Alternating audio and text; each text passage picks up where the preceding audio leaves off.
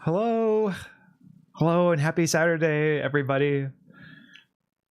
Yes, hello, Tia. Hello. I have this open on 2 devices because Leon doesn't want me to get out of bed. Oh. I wonder why. Is it because you're feeling sick? I wonder. So I'm sorry to hear that, Tia. Hope that you feel better soon. I was actually going to ask about you because I know in the chat yesterday you mentioned that you weren't having the best day, and I was going to say that I hope your day today is better, but it sounds like you might still be going through a rough time.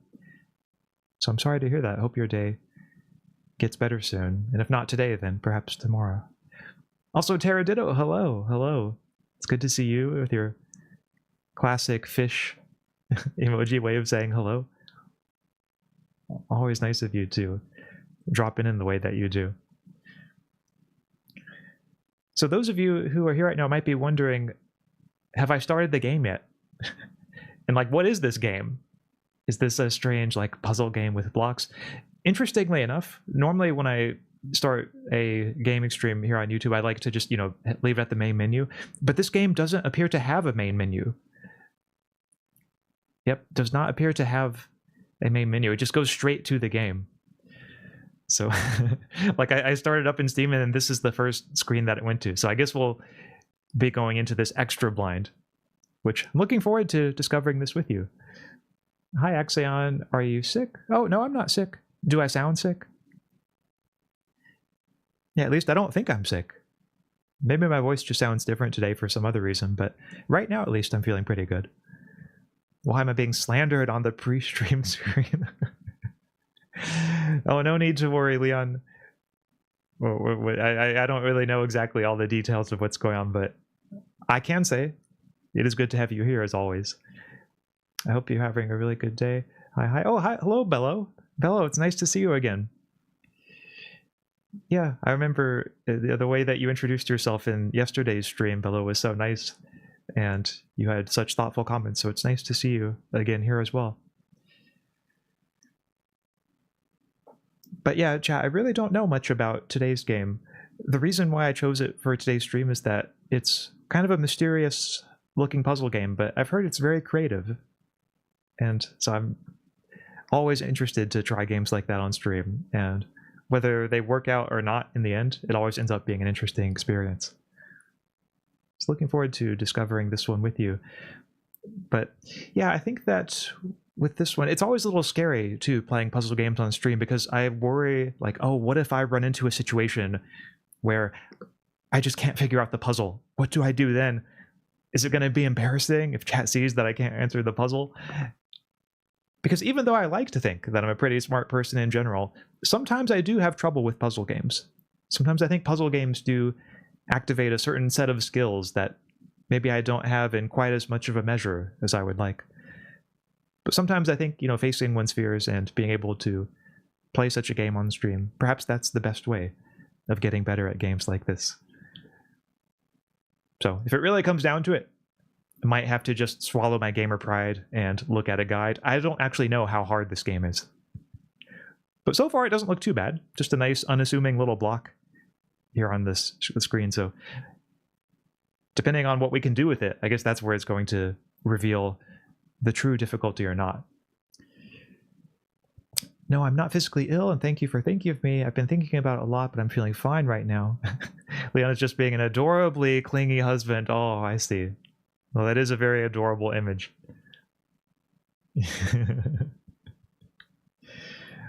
All right, chat. So let's see. Let's go ahead and dive into this here in just a second. Wow, it's so bright when I put it on my main monitor. I hope my eyes don't get too tired. But here we go. No, it's so embarrassing having degrees in literature and losing at Wordle in every Discord server. Oh, okay, so you understand the struggle, Billow. Good to know I'm not the only one who has this kind of struggle sometimes.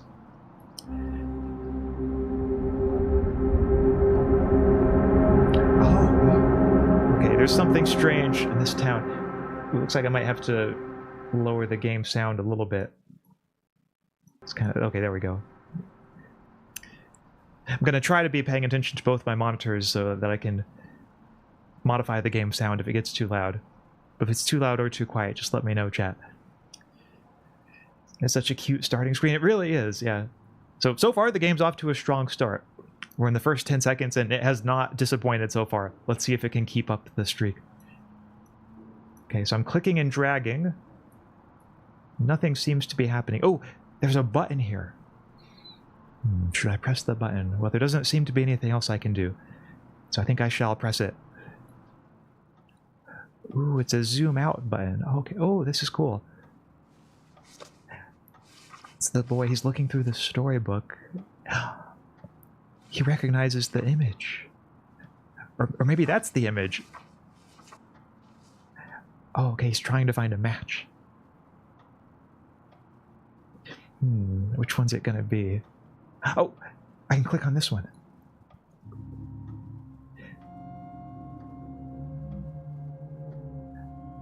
Okay, so I click... Oh, I see. So I click again. There's these men offering something up to the fish. Could the fish be a god of some kind, perhaps? 5 flames. Red, green, yellow, blue, and purple. This is getting so trippy so fast. Wait, where did the dragon go? Okay. So that's one block we have going on, is the scene in the window with the boy in the book. Oh, we can drag and drop. Drag and drop the window here.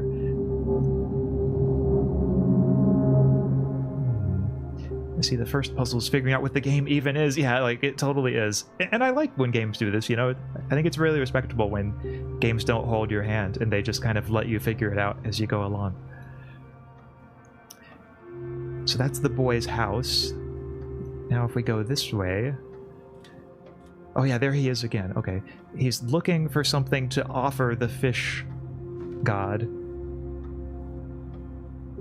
Yeah, that bowl looks like a pretty good start. Let's see if we bring it... So I can do this on any... I wonder if I bring it back here, does that... Oh. So I can't have both of them on the same window. But I can move closer on this one. Oh, now he's there. Nice. I've just transported him with the power of moving blocks. Okay, nice. So now... Could this be him when he's old? Or maybe it's not the same person, but I like to think maybe it is, and there's just a time lapse.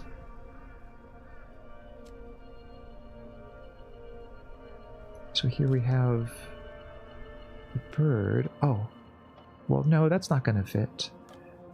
I don't think. That's right, I have to find out how all these blocks go together. It looks like I can't drag any of these over each other. Yeah, none of them seem to fit.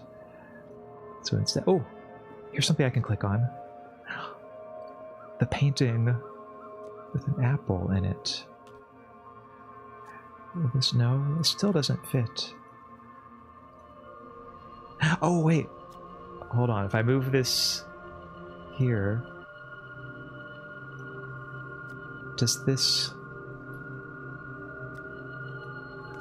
I wonder, does it fall into the... It all lines up! Wow, I feel so accomplished. Okay, so... Oh! That's the red offering. The apple fell into it. I just got an achievement. Completed Chapter 1. Okay, so Chapter 1's showing us the ropes.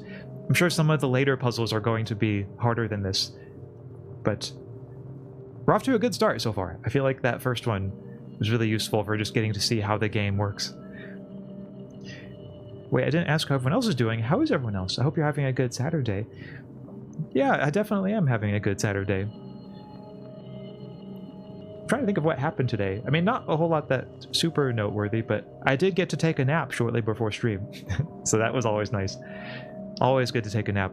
And of course, I saw Karis's hand cam stream earlier today. Not the whole thing, but I saw parts of it, and that was really interesting to see Karis's hands. And I know the rest of his community really enjoyed seeing that too. Bello says, I'm great. I finally got regular sleep for the first time in a week, so I feel normal. Oh, okay. Yeah, getting regular sleep is essential, and especially when you've had rough sleep for a while and then you get regular sleep, you can really tell how great the difference is. I'm someone who's often had trouble sleeping too, Bello, so I understand the struggle. This is so trippy. Yeah, no, it really is so far. I'm gonna live with you. It may be the off week I'm having because I've been experiencing a lot of brain fog, but I've already lost track of what's going on in this game. I may be quiet today. Yeah, no worries, Tia. There's never any pressure to post lots of comment in the chat. If you're mostly just kind of quiet today and just kind of experiencing the game as it comes, that is totally fine. I think that lurkers have just as much a place here as as regular chatters. Yeah, I can't say I understand the game's plot very much too so far, but I think what is happening in this game so far is that the boy has read a book about two people making an offering to this strange fish/dragon type god, and he's trying to find offerings now to complete his own offering to it. And he just found one of them with the red apple. So let's see if we can find... Oh wait, here's something. Okay. And we also saw what looks like it might be him in a wheelchair much later in life. So I guess we're getting a sense of the course of his life. Looks like there's a green offering painted on a doorway there. Yeah, he goes through the doorway and finds it. The eye that is part of the logo of the game. Maybe this is what he ultimately has to find. I thought it was really interesting that the weird thing looked like a peacock. Oh, maybe it is a peacock. Yeah, I couldn't exactly tell what animal it most corresponds with, but I guess peacock sounds like a solid guess. Yeah, see, there he is again. He's thinking about what to offer it.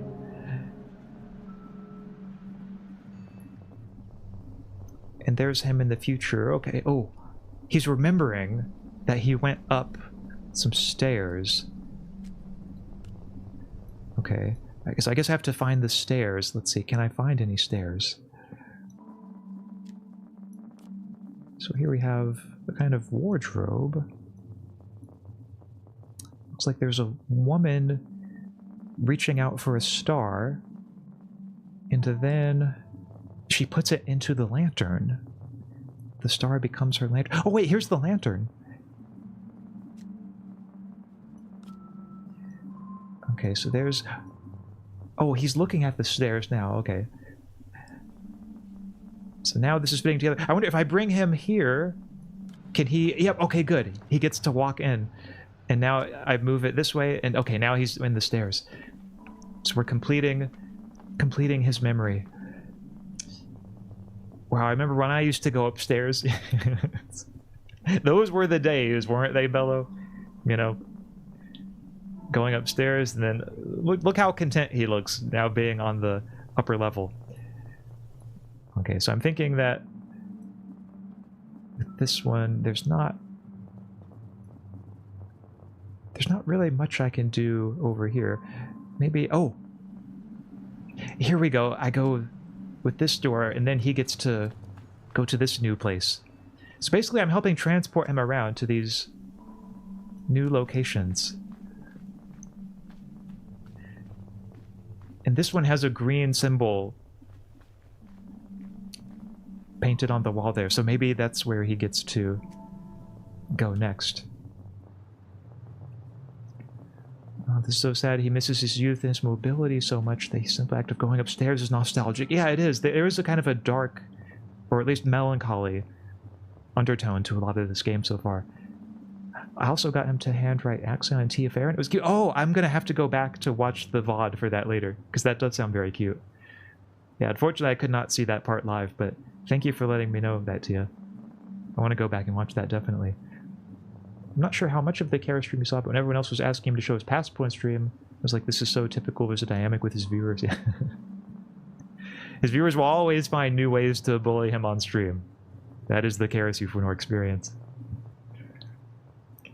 Okay, so now there's this part here. I don't think this... Yeah, this doesn't fit over that.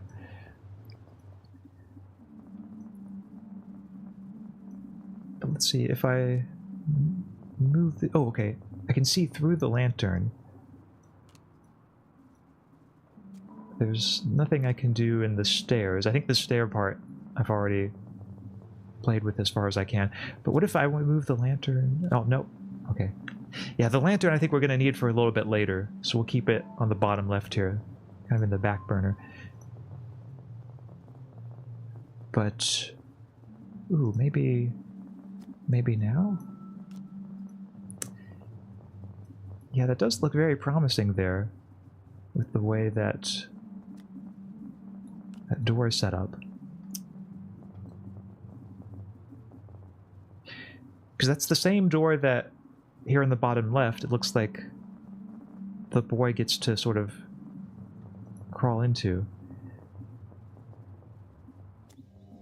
Oh, I can move this part. Okay, good. This might make things a little bit easier.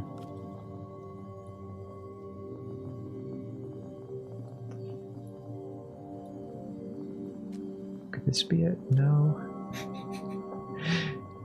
So I keep wanting to use the lantern, but it looks like I can't. I wonder maybe if I... Oh, no. So that's not going to work.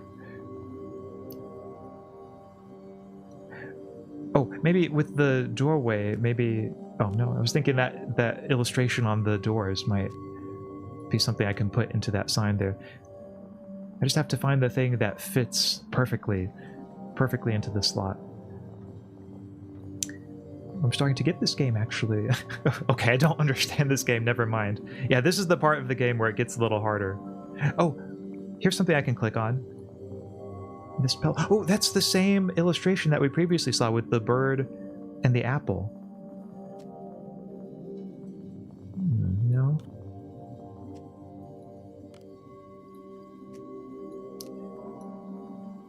So we have... Okay.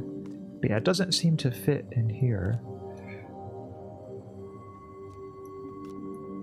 So I think we've interacted with just about everything we can interact with in this area. Same for the bottom right one. Now for the top left, that's the one that I haven't interacted with in a long time, but it doesn't seem that anything in that path is interactable. Do you think you have a loss percent run where the goal is to make loss as quick as possible? Well, that's kind of tricky with this game, because I don't think this game has a lose condition. I think it's one of those games where you can just sort of play through it in whatever way you prefer for as long as you prefer, and eventually you reach the end. So we have here, okay, we've taken the thing out of the sign. Oh wait, I think I've been, maybe if we go here, does that... Oh, I was thinking maybe we could put the pillow illustration into the sign where the boy is. But it looks like not quite.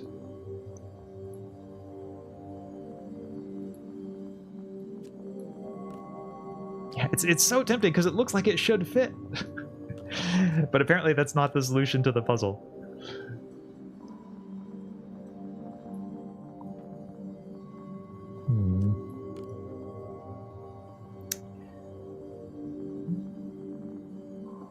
This will require all of my powers of inference, chat.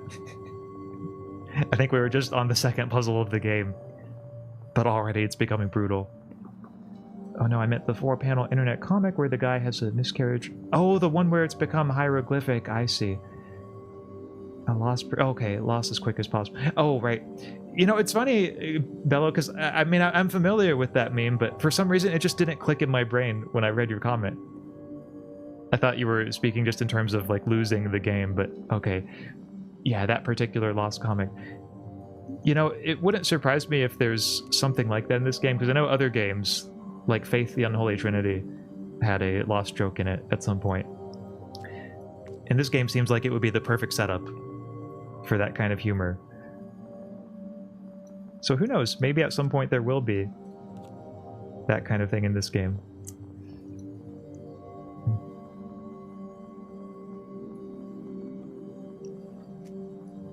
So, okay, yeah, this one, even though it has the same green symbol at the top, yeah, these three... The game's not letting me put them together either.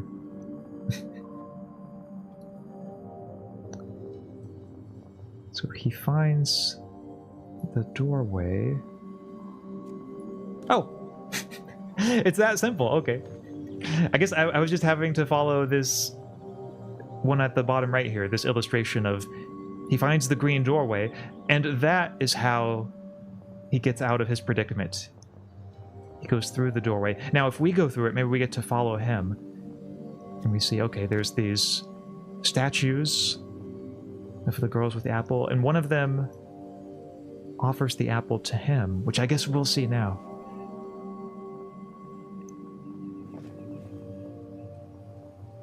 And then after that, it gets a little more mysterious with the next illustration here.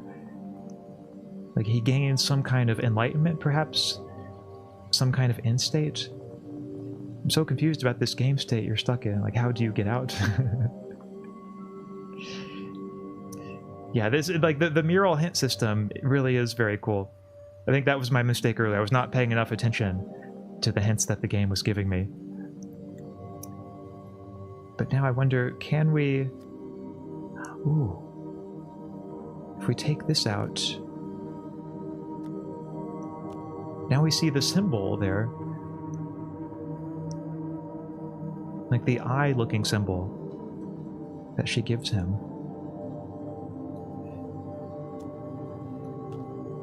But I can't quite move this one.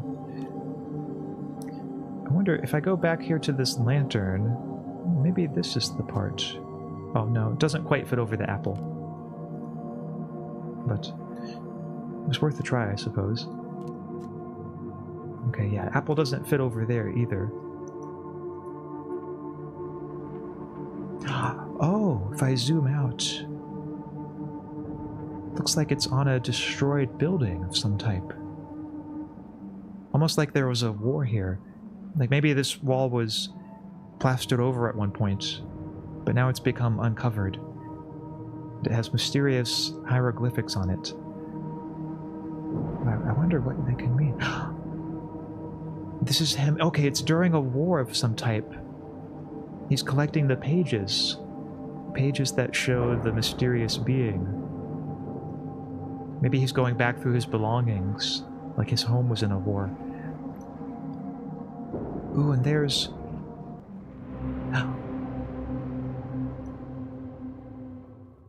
Okay, this is part of the creature, I think. Ooh, no? Okay, that's not gonna be it. Let's see. Could the lantern capture this one? No? Okay. I can move it around and it stays constant. The image does. Okay. Nice. So that's... Oh, sorry. That took me by surprise. I wasn't expecting the eye to move. Okay. Oh. Now here the apple becomes green, and that this completes the prophecy. Because it was a green apple that he got in the memory, in the mural. See, if we look back at the mural, the bottom right panel there, it looks like a green symbol within the eye.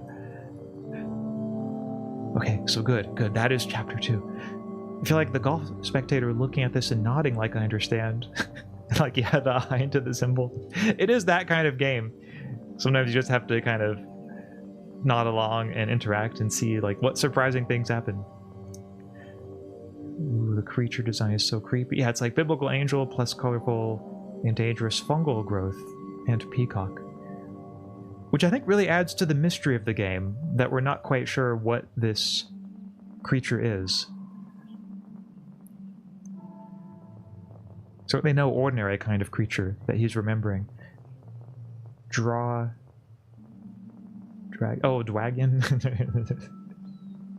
Yeah, that's a nice dragon emoji there. So now we've moved on from the green symbol, now we're on the yellow one. So this is him maybe a bit later. Oh, he's trying to find the yellow symbol. And I guess the war is still going on. Okay, he's remembering the dragon. But there's also a dove and some angels. And a moth drawn to light. Oh, no, okay. I guess maybe I have to restore the light for him. Because now that the light's gone, the moth isn't there anymore.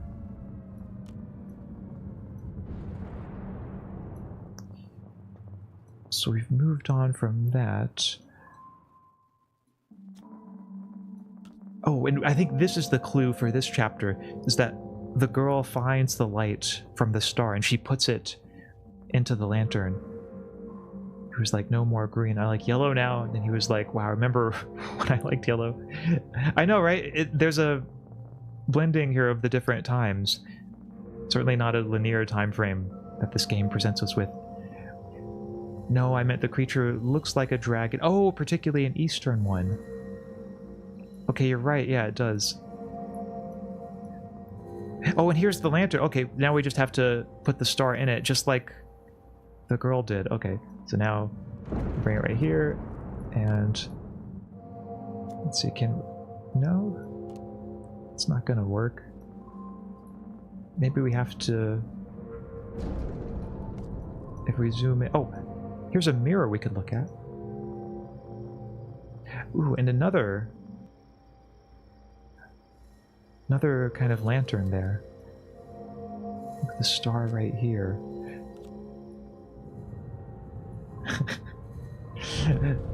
I know he looks like he knows the solution. I just have to find the place where like this fits over the image on the left. But yeah, you're right about that, Tia, and I think that that's also a good observation, Bello, when you say, yeah, the ones you might see in temples or in paintings. It does very much feel like that kind of dragon. So I can't place this quite yet. Oh, but here's a little clue on this right-hand one. You have the hand here holding this mysterious object. Maybe if I bring that over... Here we go! Yep. Now it all fits on one shelf. Okay. Blue, yellow, red. That's the pattern there. And this one has a screw on the left. Oh, wait. Okay, here. Actually, no, I'll move it here. Okay, now I can see the blue, yellow, red. Wonder where I put that lamp. He put it in his memories, I suppose. Yep. Here we are looking back at memories of a map that he's seen long ago. Yeah, being able to merge panels like that, it really is quite an innovative puzzle game. I'm not sure if I've ever played another puzzle game quite like this. But so far I really like it. Ooh, so now we have the screw and the colored pencils. They're both... Okay, the top left panel is after the war. There's some cotton swabs there. Wait, one of these. Okay, we have to balance it, I see. I wonder if we put this right here and then we zoom out, or we're going to balance it now. Or no, it's going to be too lopsided. Okay, we've got to get this... Okay, these cotton swabs are too light. Let's see, is there anything heavier I could put here? I mean, there was the screw earlier. So if we go back to that, let's see, does that help things at all? Nope. Okay, still too heavy. I think what it is that these comets are too heavy. I need something more like the cloud. Oh, the cloud and then the cotton swabs. Yep. Here we go, chat. There's no way this is not the correct solution.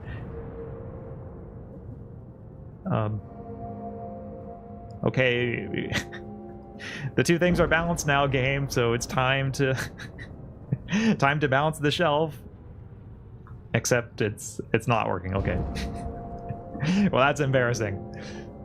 But no worries, chat. I still feel confident that we have got this. Oh, also, TP Ninja, welcome. OMG, is that the #1 Oshi Axaeon using big brain puzzle solving? Yes, or at least attempting to. In moments like this, where I feel like I have a solution and then it fails, I'm not sure how big my brain actually is. But still, it is a valiant attempt at the very least. That is something no one can deny me. Here I shall make my valiant effort. But thank you, TP Ninja, for the vote of confidence, saying you got this. That does mean a lot. You can change what's in the container. That's right, yep. You can use the way of different objects to try to make the thing come out. And I really thought this answer was going to work, because it looks like on the right-hand side I have clouds, and then on the left-hand side I have either like cotton swabs or some kind of cloud. Maybe you're too smart for this game. At least I feel like this solution seems like it should work. Maybe the game was just trying to throw us for a loop here. Because there's only two things that I could try in this left-hand part. There's the screw and the clouds. I mean, well, actually, maybe if I try the screw, let's see. Is that going to make it any better? No? Okay. So, still not on track, but there's only two things on this right-hand side, and I already tried the comments, and that just makes it go toward the other side. Except, oh. Well, it does it now because of the screws. It's because your brain is so big, the devs were not prepared for it. Oh, thank you. Well, now you all are kind. This flattery, it's flustering me. Oh, no. True, yeah. Clouds are lighter than feathers. Steel is heavier than feathers. I like that now we're getting into questions of like, okay, which is the heaviest thing? That is not not something I was expecting to go into solving the puzzles of this game. Of like, which substance is the heaviest? Which object is the heaviest? Oh no, I can't do the rocks there. I've got to zoom in on one of these.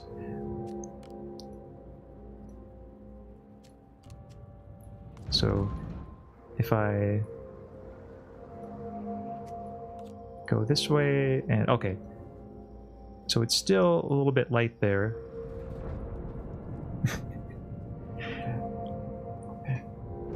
Or maybe I don't even need to get it exactly aligned in the middle, but for some reason, it feels to me like that's where this is heading. Okay, see? See, yeah, it just feels hopeless, chat. I feel like I've tried all combinations.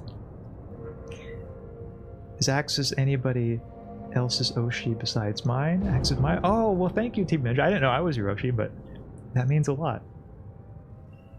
I think I don't understand. Wait, yeah, with this puzzle, it's especially tricky. I'm starting to think maybe there's something else I need to do. Like, can I zoom out any further on either of these? Okay, we see the light coming in from the window. But... oh! Turns out that's all I needed to do. Okay, I didn't even need to get it centered. You know what my problem was, chat? I was thinking of it in terms of standard video games, which standard video game logic would dictate that, oh yeah, like you have to get the light in the center, it has to be perfectly balanced, and that's how you complete the puzzle. But this game threw us for a loop. It said, no, you don't have to get the light perfectly centered, you just have to get the star to go into it. And that is how you get the lantern complete. So now we can get the yellow offering. I don't know if I've been here long enough to claim Oshi, but it is one of the stupidest ways I've found someone's past life. Oh yes, you found my IRL past life before you found my VTuber life.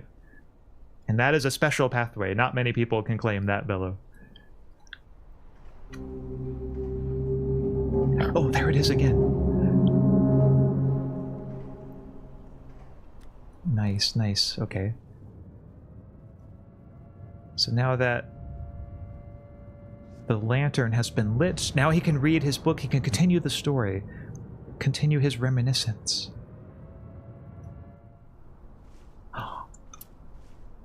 Yes, we're walking him through his memories, one step at a time, one panel at a time. It's not about the length of time, it's about where Axis in your heart. So I try to be in everyone's heart here. So thank you all for making a place for me in your heart. It really means a lot when you all come by and say nice things like that. I appreciate it so much. I don't think claiming Oshi requires veteranhood. I was based in X super fan from debut day. That's right, yeah, Tia, you were one of the ones who were here from day one. Yep. It's not about how long you've been a fan, it's just about what's in your heart. I agree. Ooh, so here he is now, a bit older, as a young man. Looks like maybe he's studying in school, studying college. He's reading about some kind of meteor strike. Some kind of meteor shower. And the same moth is still there. Now it's under this glass.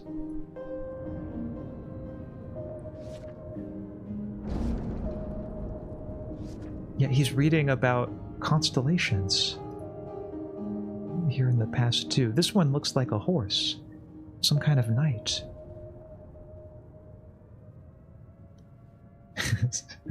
Where X is in your heart.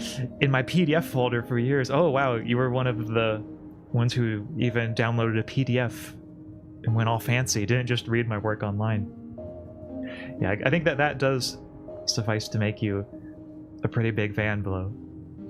I will say I'm a pretty big fan. Oh, thank you so much. Yes, the Axeologists ever grow. Just like this young man's memories as he tries to figure out where to take this next. So I need something to go into that space there. The one on the top left. It was just a VOD viewer, an occasional lurker for Philosophy. I just really like what you guys are trying to do. Oh, well, thank you. Yeah, it's fun being a part of Philosophy, you know. Philosopher VTubers, it's an idea whose time has very much come. With Karis being the first, and me coming after, and then Tia, and now the three of us being a group. It's like, what else could you want from life? Actually, maybe I shouldn't say it. Maybe it feels like tooting our own horn too much, but I'm just really glad that Philosophy is here, though, you know, because before it feels like there were some educational VTubers, but mostly in the sciences, mostly in STEM. So you had groups like V-Theorem and so on. But now, it's not just the STEM people who have a monopoly on educational VTubing and so on. Now the humanities, the humanities are making their own headway. So that's something I'm very heartened to see. And I hope that there are more educational VTubers in the humanities who come along too, as time goes on. Yeah, and my Chalmers collection did grow yesterday because I wanted to read Unredeemed in New York, but Unredeemed is not open access, so it's not sanctioned. Sorry, Axaeon. Well, I can always send you a copy if you're curious. If that's something that you feel comfortable doing, feel free to... Well, actually, let's see. Is there a way for you to reach out? If you're on Discord, I think you joined Tia's Discord. You can always just feel free to send me a DM, and I will be happy to DM you a copy of the PDF. Yeah, that is perfectly fine. Is that the fan name? Axiologist? Axolotl. Well, to be honest, I'm still not entirely sure what the fan name should be. I was thinking initially maybe just going with Philosophers, but I do worry like maybe that's a little too general. With Axiologists, I can maybe kind of get behind that. There is a bit of a play on words for axiology, which is just, here I'll type it in the chat. So axiology being the part of value theory that investigates questions of like what is the good. It's like, for example, different consequentialists might agree on the structure of ethics, but they might have a different axiology. Like if one of them thinks that happiness is the only good, if one of them is a utilitarian, whereas the other might think there are good things apart from happiness, things whose goodness can't be reduced to happiness. That would be a difference in axiology. But I worry that that way of using the axiology is maybe just not widely known enough, like not known enough to people outside of philosophy for it to be a fan name. Or like I worry that for people in general, when they hear like axiologist, they'll think, oh, like he just named his fans after himself. Like, isn't that a little self-aggrandizing? And like they wouldn't realize that like, no, actually it's a play on words from axiology. But so I'm still deciding. If anybody has suggestions on that, then let me know. That's right. Yeah, damn right. Humanities rise up.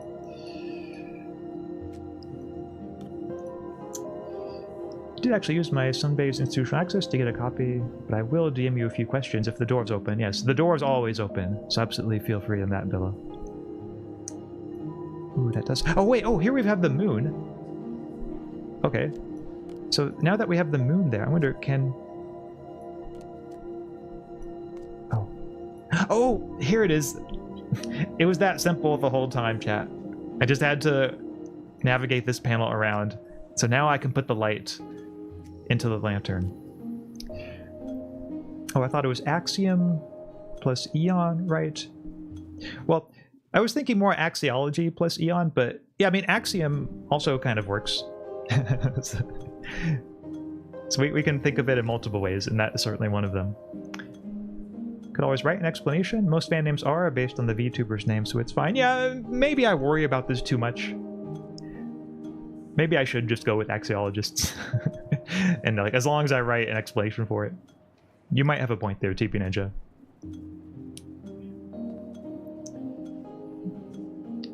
Oh, whose names start with Axe?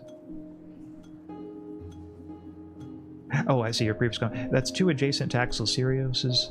On that note, I've always found it wild to have 2 blonde male VTuber Oshis, but one is smart and one is dumb. I don't know too much about Axel Sirius, but yeah, that's funny that you say that.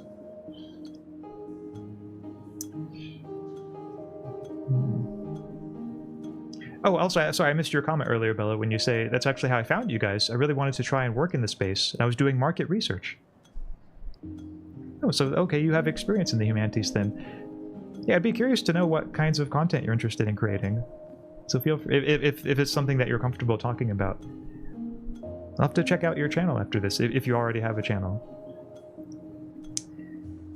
Could always become an opportunity to introduce people to axiology. True, yeah, maybe this ends up being a way of getting more people to recognize the word. Feel embarrassed because I went crazy taking notes yesterday on the monogamy conversation because I wanted to write out a stance I was trying to articulate in chat but couldn't. I think I ended up with an undergrad midterm's worth of ideas. Oh. Well, if you are an undergrad and you are writing... I don't know if you are an undergrad, but if you are and you're writing on this, then it sounds like maybe this stream was helpful for coming up with some ideas, so in that case I'm glad. But even if you're not writing about it for undergrad purposes or any other academic purpose, I'm glad it could be the source of some ideas. So thank you for letting me know that, Velo. I'm confused with axiology, one of my career interests since August 2025.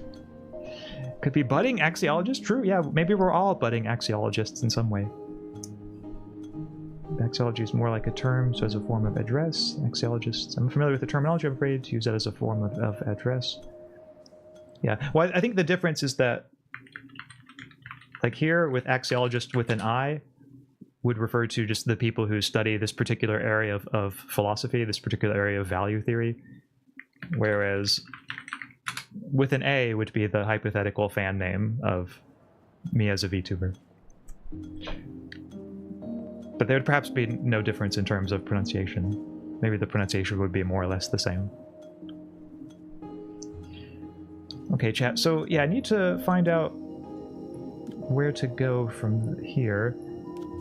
Because now that I have the lantern, there's like the question of what should I click on next. But I'm afraid nothing really seems to be clickable. I mean, you can see the moth trying to get to the light. Maybe I need to find a way to break this glass first. Like if I can put something heavy on top of it. Actually, like... Okay. This is kind of sad, chat, but I was thinking, like, okay, can I make the moon, like, fall on the glass by putting the moon above it? But looks like the game doesn't quite work that way. This is not going to be a Majora's Mask type situation. I'm in the middle of rebranding from kind of just a gaming slop channel. And actually have a whole re-debut I need to plan, so we won't be finding any educational stuff on my stuff, I see. You're all entrepreneurs now, and philosophy page of VTuber history to you. That's right, we're all blazing a path forward. Each in our own way. Which is so cool and so exciting. Ooh, maybe there's some stuff here I can use to break... Oh, well... I was gonna say, is there anything else that's clickable? Clickable in this image? No, I don't think there is. I'm a PhD student. I have both analytic philosophy and continental experience. I work in a lit department, but my BA was a double major with an American philosophy department. Okay, nice. So you have a foot in both camps, it sounds like, or at least experience with both sides, which is not something many philosophers can claim. A lot of philosophers are sort of siloed into like analytic or continental, and don't really mix very much with the other kind of philosophy. So it's neat to hear that you have experience with both. And I can see how your experience with literature and your double major as a BA would help with that. You can be a fan and competitor at the same time. Just look at it as philosophers, yeah. That's one thing I love about philosophy, is that philosophers have a natural way of disagreeing with each other, but also, you know, liking and respecting each other, no less, for all that. So there's sort of a competition in it, a competitive element involved, but it's friendly competition. And I think that's very valuable. Oh wow, I'm the one feeling dumb now. Well, no need to feel dumb, TP Ninja. I think that regardless of what someone's degrees are or are not, what matters the most ultimately are things that transcend degrees. Things like, how curious are you? And how devoted are you to finding the truth? And I think that kind of dedication to the truth, dedication to reality, is something that anyone can have, regardless of their degrees. Ooh, so he's thinking of a meteor shower. Let's see, is there any of these that has to do with a meteor shower? I mean, this one has a constellation, which is maybe the kind of the closest thing to a meteor shower. But like, even when I put the house under it, or maybe it's not a house, maybe it's more of a building. When I put it under it, yeah, it seems like there's no meteor shower that crashes through the building. Which I'm kind of bummed about. I was hoping that we might get to see something like that. Like, even when I put this here, yeah, it still doesn't work that way. I like how you guys are senpais, sunbaes for me. Well, that's one way to think of it. The content has actually been really helpful because I needed to engage, work with some analytic philosophy for my thesis. I need to get a hang of the language since I've had a whole grad career since. Oh, nice. I'm glad to hear that. Yeah, I think that with analytic philosophy, sometimes even just by reading a few papers in it, if they're papers that really just sort of speak the language of analytic philosophy, you can get a pretty good sense of it from a relatively small amount of work. So I think that that's cool. So Bill, it was a bad time to tell you that Axe and I had a month-long debate about monogamy that included multiple streams on both our channels and an article Substack with a massive comment thread. Oh yes, the great Substack debate. Yes, I remember those days in the long, long ago. Oh, Bello said, oh, okay, you've read both. Wow, that was a lot of reading, so respect to that. Respect for that, Bello. Being willing to read through all of that. I've actually been doing some work bringing analytic developments to close reading. Like most of us, root virtue epistemology through subaltern, but I think Fricker and Dotson are really useful. Oh, I see. Nice. Be curious to hear additional thoughts you had about it then.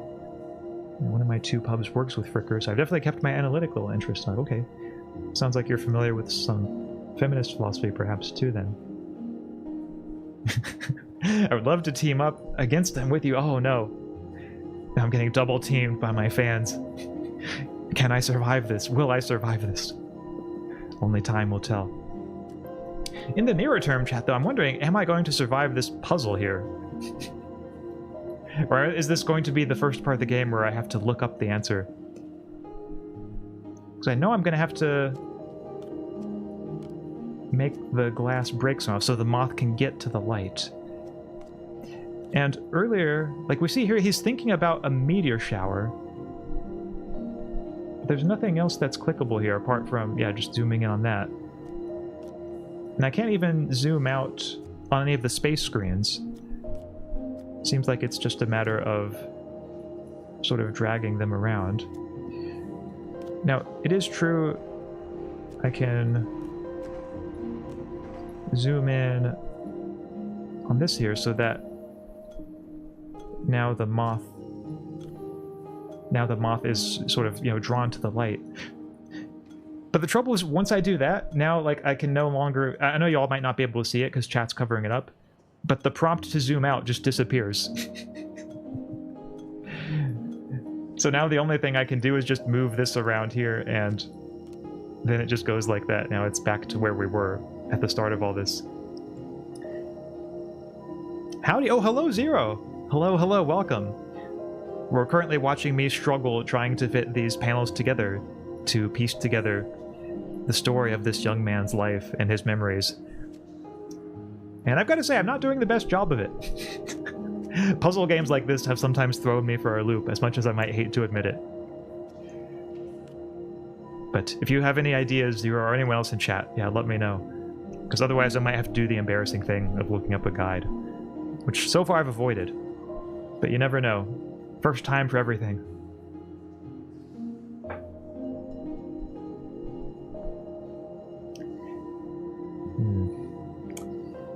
Yeah, I'm thinking... T and I are plotting against him, and he has not made any progress. Yeah, I think that's a pretty fair summary of the last several minutes of the stream.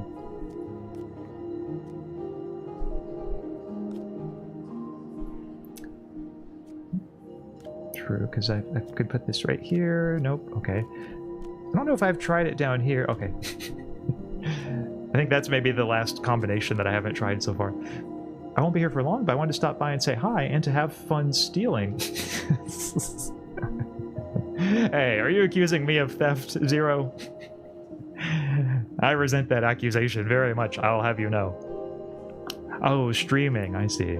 Have fun streaming. Oh, yes, well, thank you. Yeah, it's always fun to stream and to see all the usual faces here, and new faces, too. Tia has a Substack, too. Maybe I should browse her articles. Yeah, Tia definitely does have a Substack. Yeah, and you should browse her articles.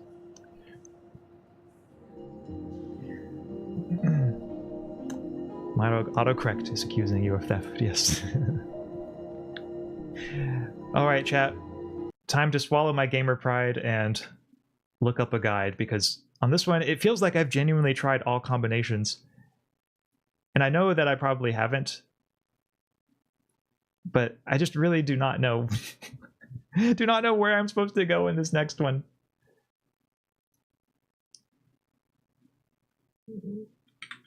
So let's see, I think I'm at roughly the point in the guide where I can find it. Okay.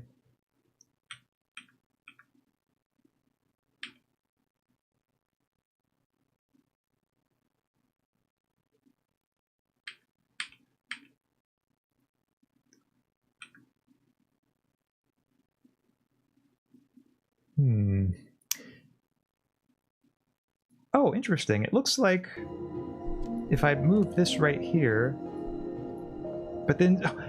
What? Why, when I zoom out on this one on the bottom left, does it make a page in a book, but it doesn't do that on... Oh, okay, well, I guess because the star only shows on the bottom left panel. But I've got to say, that one, actually, I don't know if there are any natural clues that that would happen. But anyway, apparently that's how you solve this one, is you just have to zoom out of the space one on the bottom left screen, and then it just automatically makes a page. Can't tell if any of the space boxes are related enough to meteor showers. Yeah, like, that's what I was thinking first, is like, okay, maybe the meteor showers come from the space boxes, but it looks like they don't. Instead, you have to make the space box into a page of the book. Okay, so now... Oh! Okay. Now this is where we were earlier. Oh! Okay. Good, so the rocks are falling. Now we just have to see if we can get some of those rocks to fall on the glass here.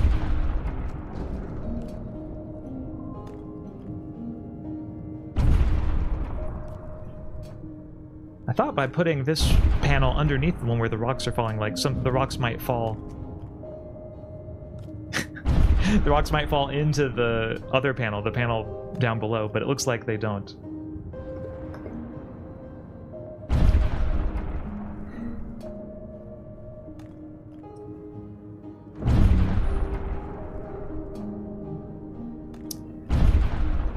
So maybe... I'll tell you what, if I zoom out this way and then combine these... Oh, okay. I was thinking these might combine since he's thinking about books or illustrations in both of them. But I know I'm so close. I just have to get those rocks to fall down here. And unfortunately, Yeah, you can't quite just move it over here because the hole is not in the right place. Oh, but here's something else I can click on. So there's a horse. Almost looks like a knight in chess.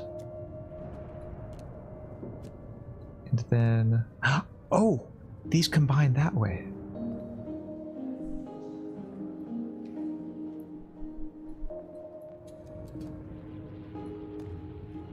Okay. It was a bit anticlimactic. I felt like there should be more to this.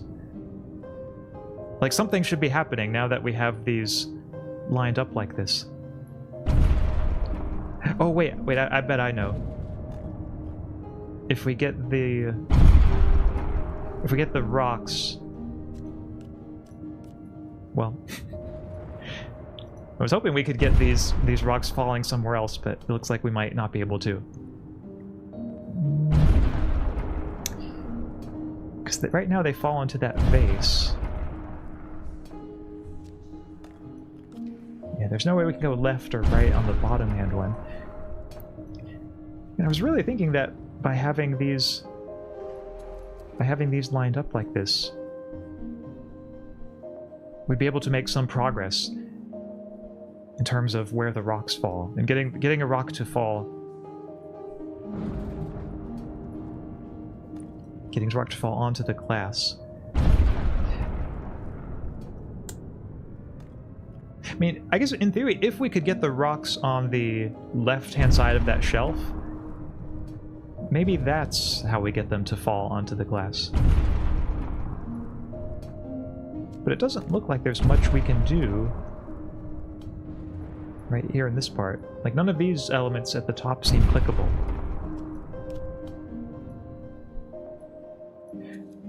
But I tell you what if we zoom out here... Oh, that's right! Now we see... Okay. Okay, good. We got a rock to fall that way. So is this going to do anything? Oh, okay. Looks like it didn't quite... Oh. Oh wait, I guess now we have to do it like this. Okay. Yeah, good. Good, now we got it, maybe. Okay, then it goes to the angel's hands. Oh. Okay, I feel like I might have dropped the ball on that one, but... Oh, wait, I think I see what we have to do now. Okay, chat. It's all coming together. Yeah, this one just involves some... thinking of it in terms of multiple levels, and you have to be kind of quick on the draw. Yep. Okay, good. So now this one, we bring it down here. Okay. And then we bring this down that way. Okay, good. I think this is the last step, chat. Yes, there we go. Oh, okay, good. Okay, now just back to space, the final frontier, and okay, gotta find out. Yep, where the star is. And here we go, bingo! Now the moth is going to get to the light, and that will complete this part of his memory. Yep, see, now the light is there, the moth is there, but nothing is happening. Chat, why isn't anything happening? Something was supposed to happen there. Okay. Oh, I see. I have to zoom out a little bit more.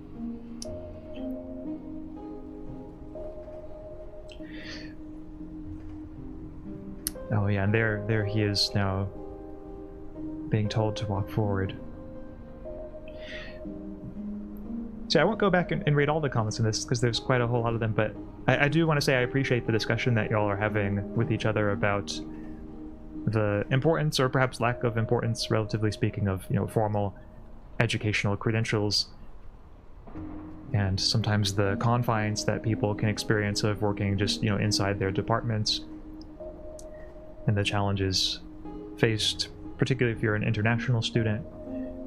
Yeah, I think absolutely all of those things are 100% real. My goal is to come back here and become head of department one day. Oh, I wish you the best of luck with that. I think that's a wonderful goal to have, Bello. Yeah, becoming department head. I guess you really get to decide the direction of a department in many ways there, when it comes to department culture and so on, and things like that. This is so nice, like Axe is our professor and we're gossipy in class while he can't figure out a puzzle. Yeah. Yeah, a bit of unusual class in a way, of just like students watching the professor struggle through something. But yes, very much so.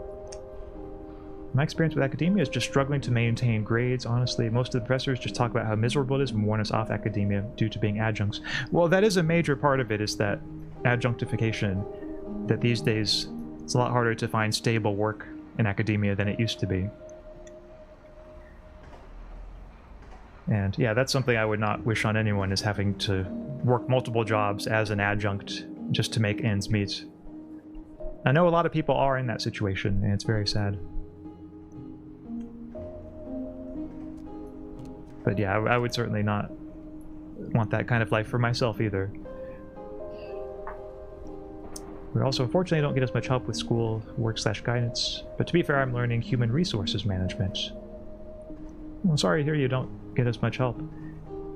But yeah, I can see how, particularly if in cases of someone who's an adjunct and if they have like just way too many students, sometimes yeah, not being able to devote as much time to each student as they otherwise would, that's a further effect of adjunctification. Oh! All I had to do was zoom in on the mod. Okay. My god, the first time I taught a class, it was on archival methodology I developed. I couldn't talk simply in ways my students could understand. So I was awkward and sweating the whole time. It was so awful. Well, it's very real of you to share that, Bello. And also you as well, what you were saying earlier.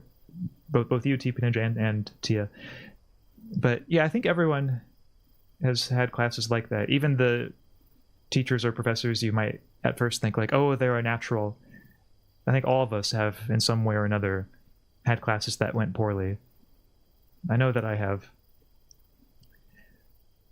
So I'm sorry to hear that you had to go through that. But it sounds like you were able to make it through the other side, and you're sort of sticking with your academic dreams. So I think that's really admirable, Bello, that you're sticking with it in that way. And you didn't let that experience, it sounds like, discourage you from continuing in what you wanted to do. So now this is the yellow symbol, the yellow offering. Oh, okay, now this is where he walks to next. So this is part of his new chapter. That's right, yeah, he's trying to find all of them. I think we've found 3 so far. Now we just have the blue and the purple. Ooh, my colors, Axaeon colors. Nice.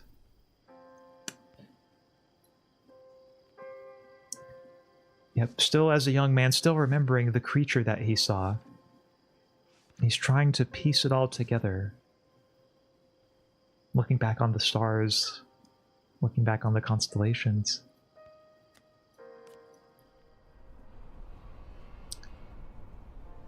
Okay, and I don't know if there's much else in here. Oh, interesting. Looks like he's gone. Ooh, but there's this thing. Which I will be honest, I do not know what this thing is called, or even if it has a name. But if it does have a name, then people who understand chemistry and instruments like that will probably be grilling me right now for not knowing what this is. Ooh, the 3 colors of the symbols we found so far, so green, yellow, and red.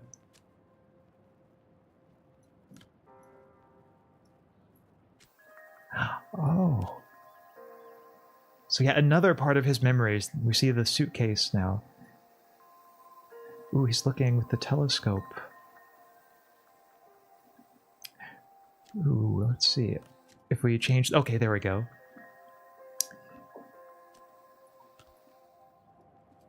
And now we have, ooh, some pocket watches and maps. I feel like a conspiracy theorist now, chat, who has like a million maps and drawings and photographs taped to a corkboard or pinned to a corkboard. That's the vibe that this particular image has for me, I think.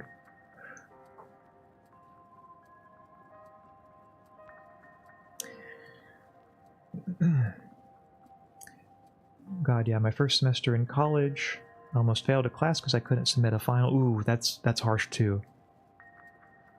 Having that experience of coming close to failing and not being able to submit a final. Yeah, I know one of my experiences in college that I really valued was when I first got to college, all of the professors were giving...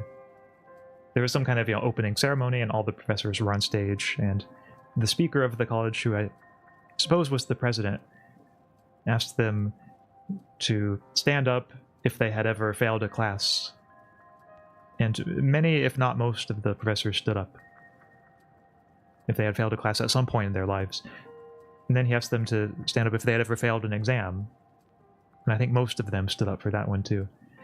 And that really emphasized to me that even the people whom I might regard as being among the smartest I've ever met, they've all had their own experiences with failure from time to time. It's something we don't always talk about, but it is something everyone experiences. And I think that's relevant to what you said too, TP Ninja, when you said, I thought so too, but everyone else seems to be getting by fine. So I just try to put in triple the effort to survive. I think in times like that, it can very easily look from the outside as if everyone else is getting by fine. But on the inside, they might be struggling just as much as you are. It can be really hard to know things like that. Just to share a little example from my experience, in my senior year of college, I took a chemistry class. Not because I wanted to, but because I had to for my requirements, and I had been putting it off.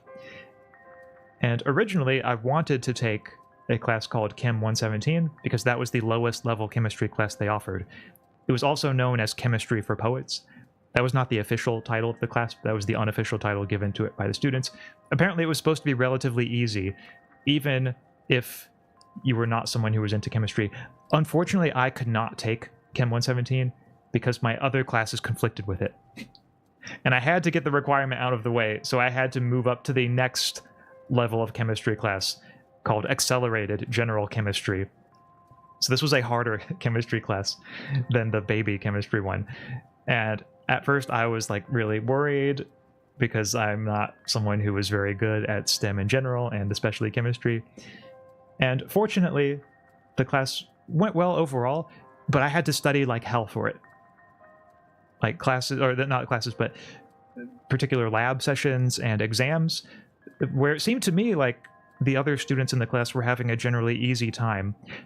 I was able to do well on those exams, but I had to study just for hours and hours and hours, where at least my impression was that that was not the case for everyone, where like there are other students who were more natural at the material than I was. But the thing is, like, the reason why I'm relating that story now is that at the end of the semester, the professor came up to me and said, you know, Axaeon, it was really good to have you in class, just to have a senior in class who really knew what he was doing, like every step of the way. And I was shocked when I heard the professor say that, because I did not feel like I knew what I was doing. To me, it was like a struggle the whole way through, where even though I ultimately came out on top, like I never felt certain of myself. And if you would ask me at any point in the class, like, oh yeah, how's that class going? I might say like, oh yeah, like I'm struggling. This material really does not come naturally to me. But from his point of view, it looks like it did come naturally to me, because all he saw was the results. He didn't see all that I had to put into it. And so I would just encourage you, TP Ninja, to keep in mind that that very experience might be going on for many of your classmates as well. The struggles they just might not be sharing. Might be hard to see the struggles from where you are.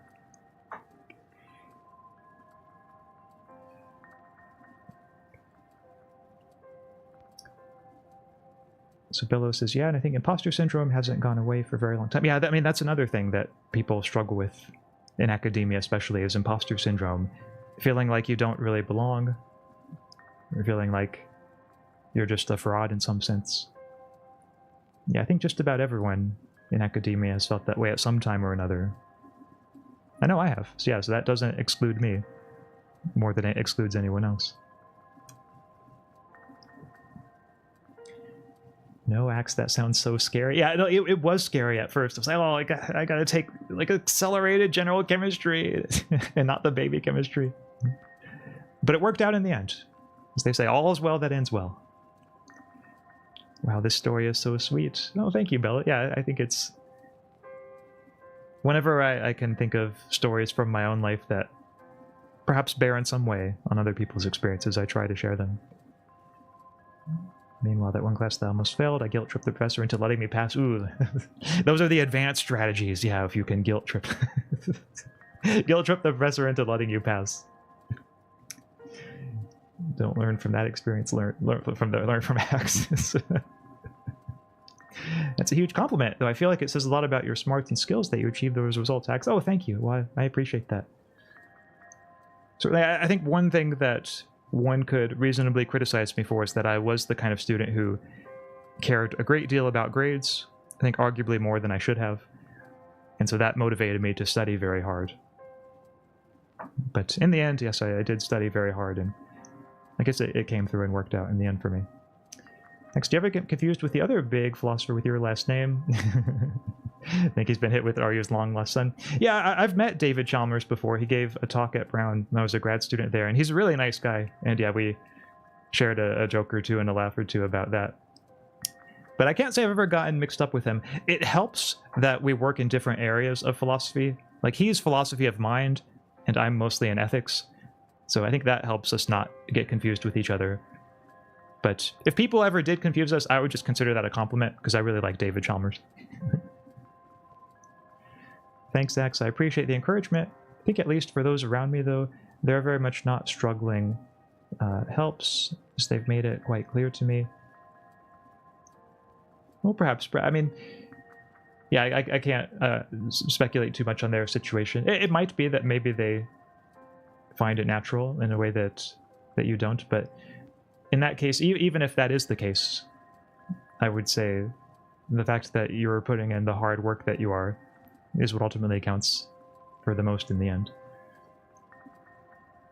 Man, I wish I could do that. Our professors don't have the power to just pass us like that. I see, I see. Oh, Jackson, I'm a big fan of Extended Mind. Oh, nice. Yeah, I mean, I can't say I'm super familiar with Chalmers. I haven't read his major works in philosophy of mind, like, you know, The Conscious Mind or Constructing the World or books like that. But I do know from what I have read of his essays and so on, I do think he's a very innovative philosopher. Could this be it? Oh no, this is, I think, where I just were with, yeah, the clock tower there. I wonder, could this be what's needed? Oh, okay, so we're trying to get it to, it looks like around 720, 721 or so, if we want it to line up that way. People might think it's a dynasty. Ooh. Yeah, philosophical dynasty. Wouldn't that be cool? So if we have one dial pointed to the top right, one to the top left, they're both pointed toward a star, it looks like maybe that's how we get this one working. I guess, you know what, maybe I have to find a way to make this dial point somewhere else. Like if I put some materials into this thing on the left, could that be the answer? Okay, so yeah, he decides to take a nap. Yeah, I understand, dude. I've been in that situation many times. You just get tired and just take a nap at your desk. So there's the moth.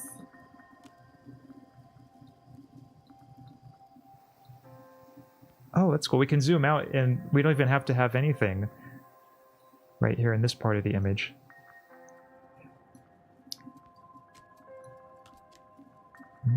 that's not gonna work. I get the feeling we're supposed to put something in here. Could it be this? No, that's... yeah, the size doesn't quite match up there. And this one also doesn't quite work. No.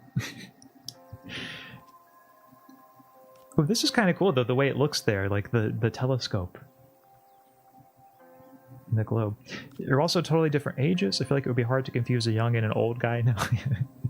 Yeah, David Chalmers is quite a bit older than I am. Like, he's old enough to be my dad.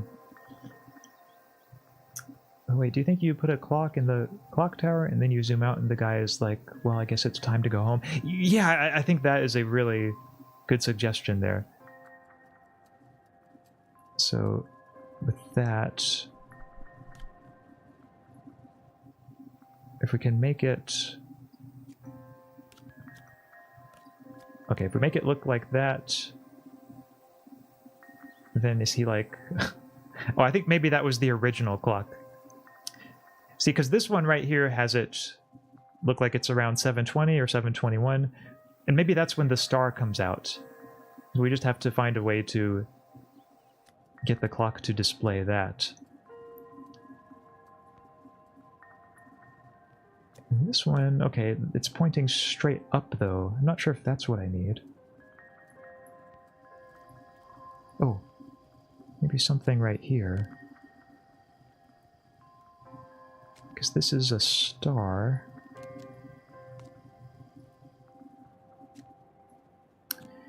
Yeah, a star with a paperclip and some tacks on it.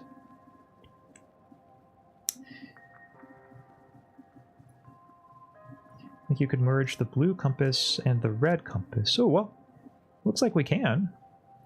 Wonder, will that do the trick?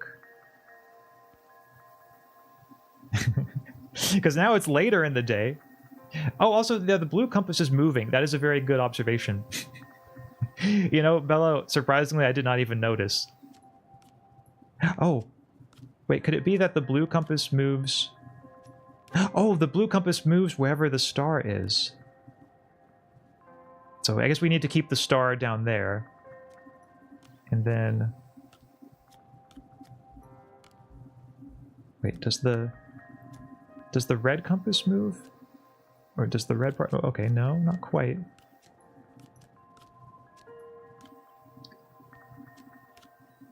But we need to get this part... I mean, I think this is closest to the time that was in the page. The page in a suitcase. Let's see if this fixes it. No, it looks like it's around 7:20 or 7:21. So I need to get the red one pointed a little bit more in the other direction.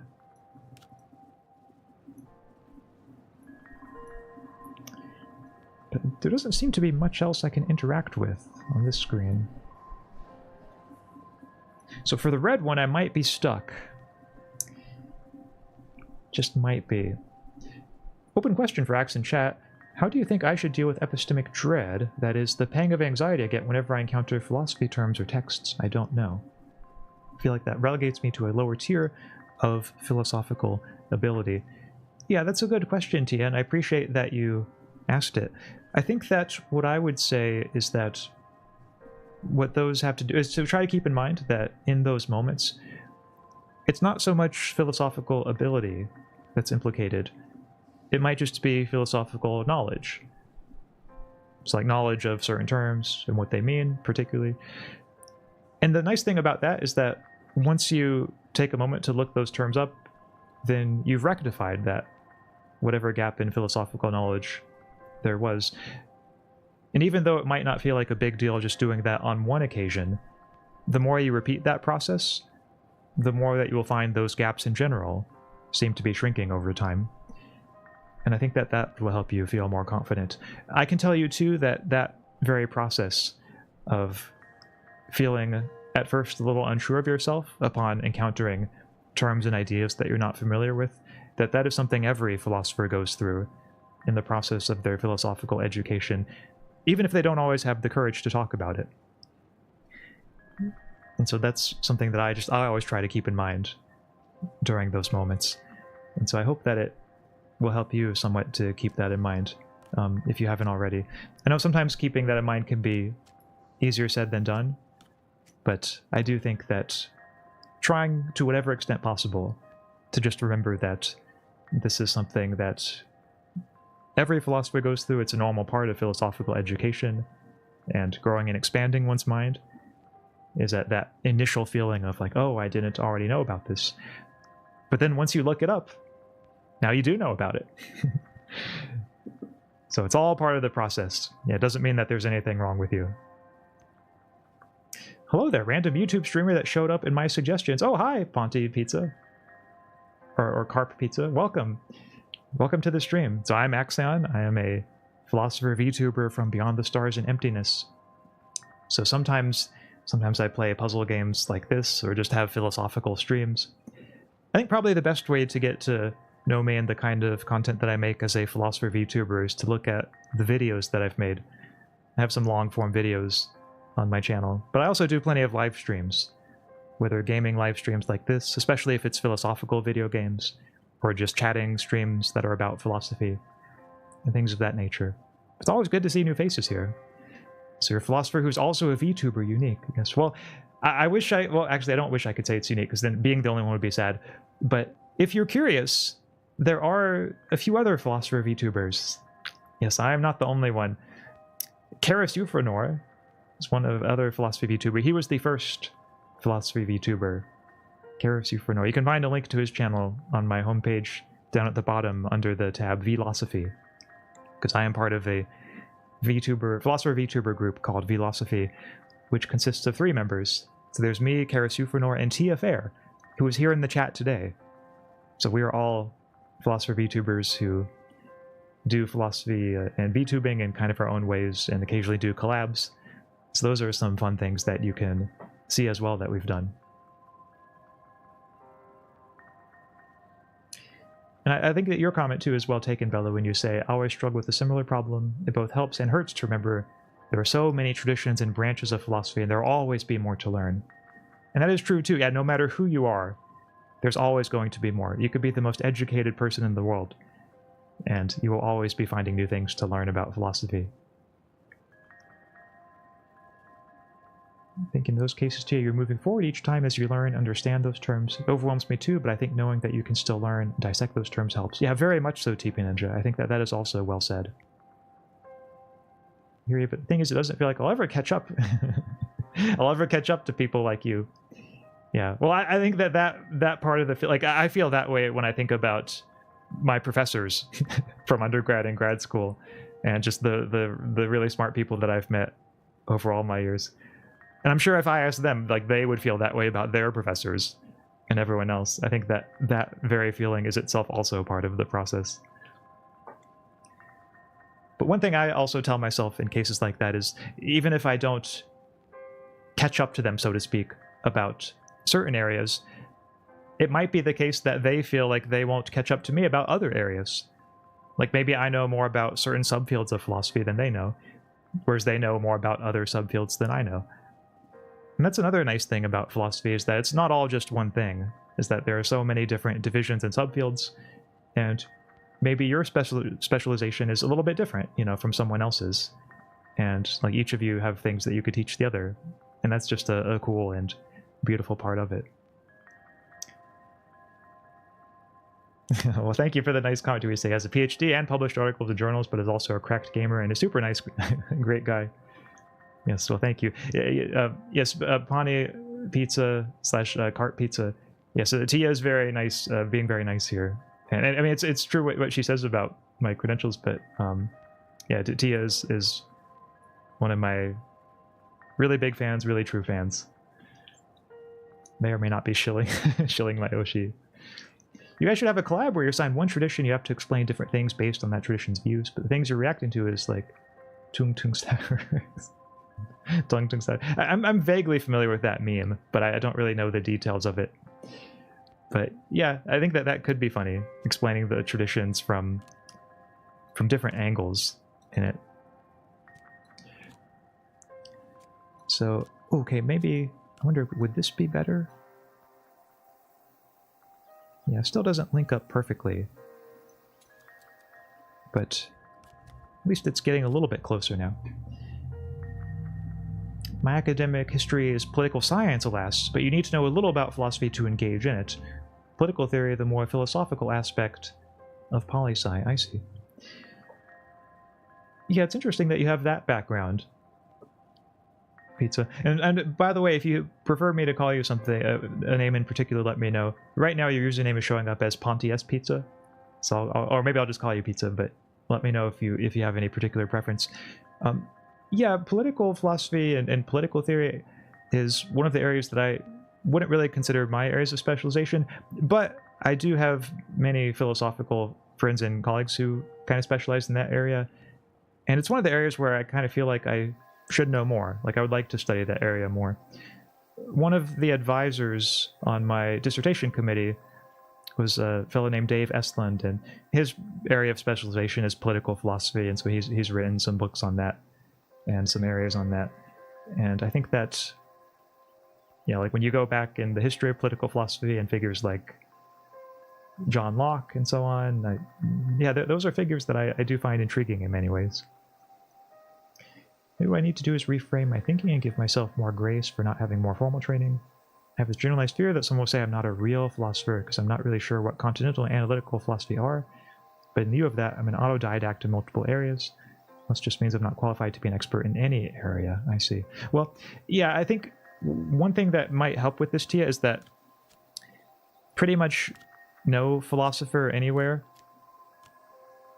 knows for sure what the difference exactly is between analytic and continental philosophy. Like, there are many debates that people have about just how to characterize the difference between them, but it's one of those things like no one really knows for sure. So you're not alone in that. And yeah, I think you should absolutely give yourself more grace for not having formal training. Like, especially if we look back in the history of philosophy and some of the most respected philosophers there have been. Again, I think Socrates being the main example of philosophers who did not have formal training, but nevertheless made a big impact and are very respected. So you don't have to have formal training to be a philosopher.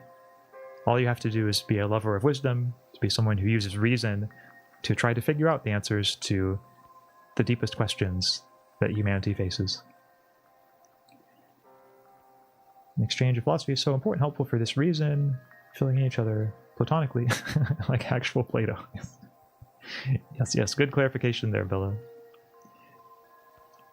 My online name is Ponty. Okay, thank you, Ponty, that helps. Yeah, so I'm actually having a lot of trouble with this one because I think if we go back to... well, this one, it looks like the long one is pointing down that way. But I can only get the long one right here. Okay, so... yeah, maybe that's the closest. And then if the red one is... yeah, the red one seems to be the one that's the most difficult to get to change. I'm not sure if I have any way of changing the red one. But nevertheless, I'll try. If I... oh, wait. Okay. Maybe this is what I need. Right here. Okay. Yeah, still... I guess it's almost inverted. Like, I need the red one where the blue one is, and vice versa, to make these line up correctly. If I may ask you to indulge me, what would you say to someone who said, I've watched and read Tia Faire's work, and she doesn't seem knowledgeable enough to be doing this? Is that a thing? Well, I think I would say that, like, first I would ask the person more questions to elaborate. Oh, like, okay, like, which element of her view makes you think that? And I suspect what that person would ultimately point to, if that were their opening statement, would be cases where they just disagree with an argument that you've made. Like maybe they think that one of your premises isn't very plausible, or they just object to the reasoning in a certain way. At which point, what I would say would be, well, is that really an objection to Tia's level of knowledge, or is it more just an objection to, like, hey, you think that this particular argument doesn't ultimately work? Because that's a very different kind of objection from just saying, like, someone isn't knowledgeable enough. And I suspect that kind of objection, just finding an argument of yours to have something worth disagreeing about, like, that's probably the kind of objection they would have in mind.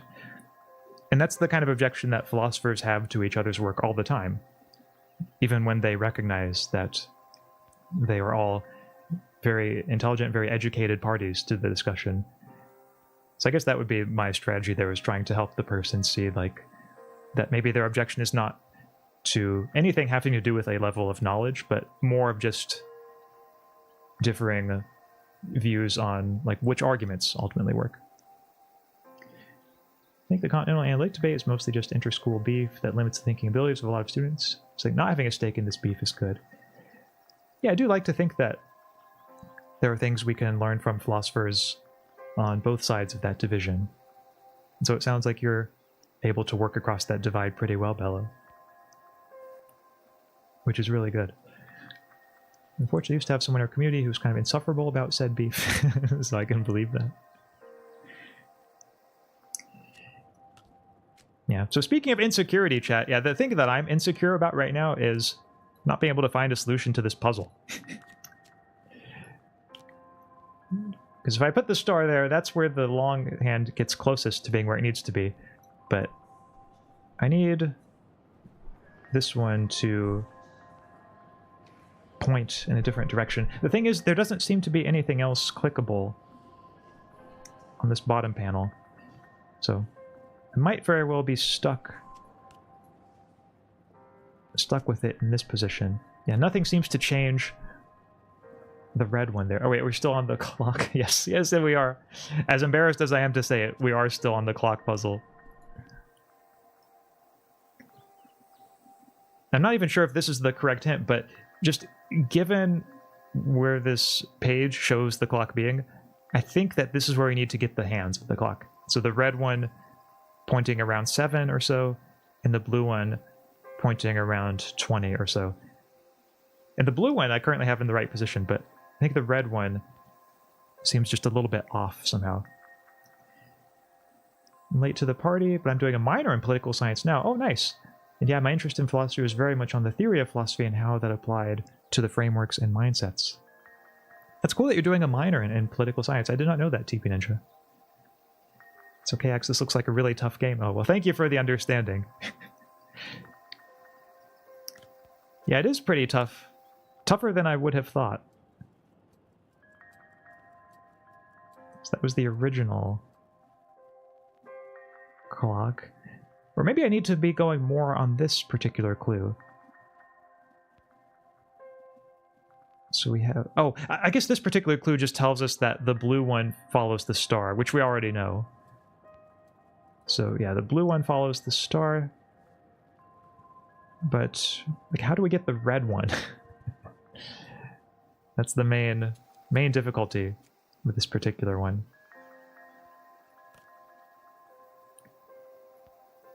So if I have the blue there, okay, yeah, that doesn't cause anything to happen. Because I need the red one.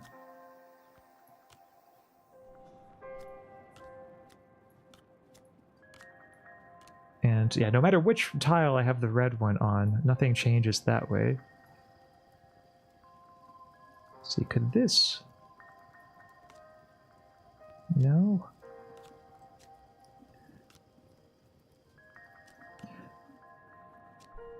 Yeah, that doesn't change it either. Okay.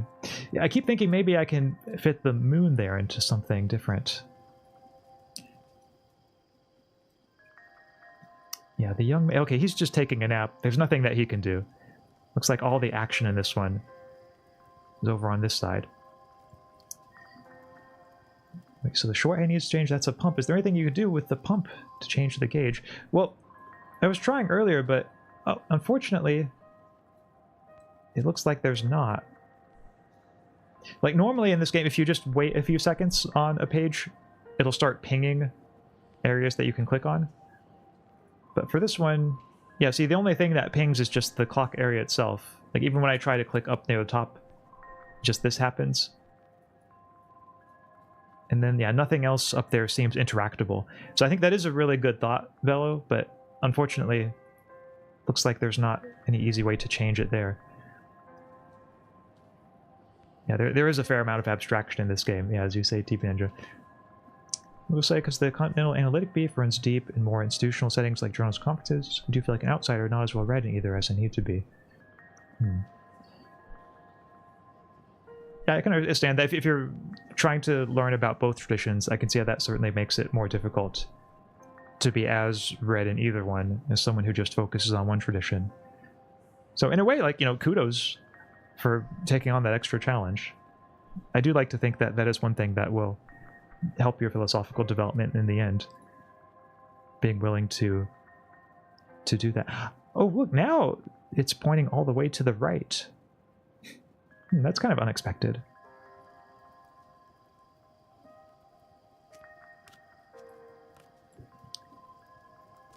Yeah, because now I can have this be set up like that. Okay, yep, there we go. Yeah.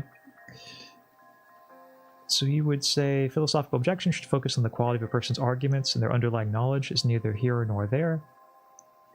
Yeah, I absolutely think so. Which is why I think the kind of objection that says, oh, like such person isn't knowledgeable enough to be doing this, that might be the kind of objection that you hear from people who have not studied philosophy very much, but maybe they want to come across as being smart, or like they want to get into philosophy more, but like they're just starting out. If you actually consider objections from people who are knowledgeable in philosophy, that's almost never an objection that somebody makes. Like if they find someone's argument objectionable, it would just be a blatant ad hominem to put it in terms of like, oh, this person isn't knowledgeable enough. Instead, the objection is always put in terms of like, oh, well, like here's a problem in their reasoning, or hey, here's a problem, like here's why this premise that they rely on is false. So in a way, I think it's actually, it is itself a sign of being more familiar with philosophy to put one's objections in terms of the quality of a person's arguments, rather than whether the person has enough knowledge. I found that the philosophy I agree with and enjoy the most are conveniently the closest to my own time period and location, and it coincidentally worked out that way. Makes me wonder if it's predetermined by your circumstances.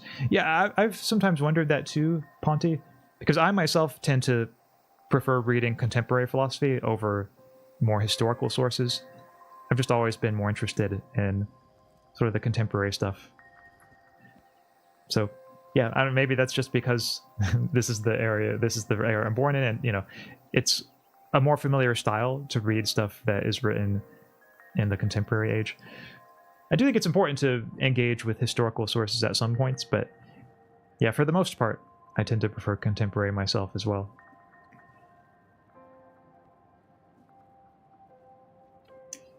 So I'm confused. Yeah, I'm confused by this. I think in a second, chat, if I can't figure this out, I might have to go back to the guide. This might be a double dipping the guide situation. Next, put it so nicely. If someone attacked your argument on the basis that you don't seem to know enough, they're conducting bad philosophy since it's ad hominem rejection of your work. Yes, exactly. It sounds like the equivalent of only guys who are bad at games making fun of girls who are bad at games, while pro players are respectful according to studies. Oh, I didn't know that. But yeah, I do think that's a reasonable parallel one could draw. Oh, also, yeah, Tylenol, welcome. Hello. So Tylenol, this is a very strange puzzle game where we have to change different panels and try to get the results in the correct place. And currently I'm struggling with it. I wish I could say that I was not struggling with it, but somehow I am. So I'm thinking now is a good time to revisit the guide so we can move on from this puzzle. Yeah, I was able to figure out the previous one pretty well, but this current one, it's just really rough for some reason.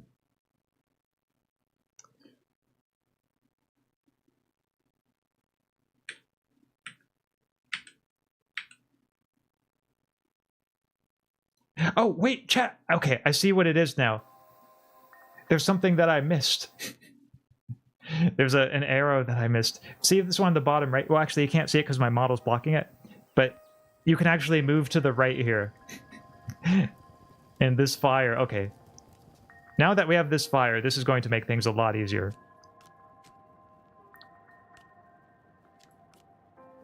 So, yep. We just get the fire into the pot, and then maybe this... Okay, yeah, then we use this to get the gauge where we need it to be. Okay, perfect.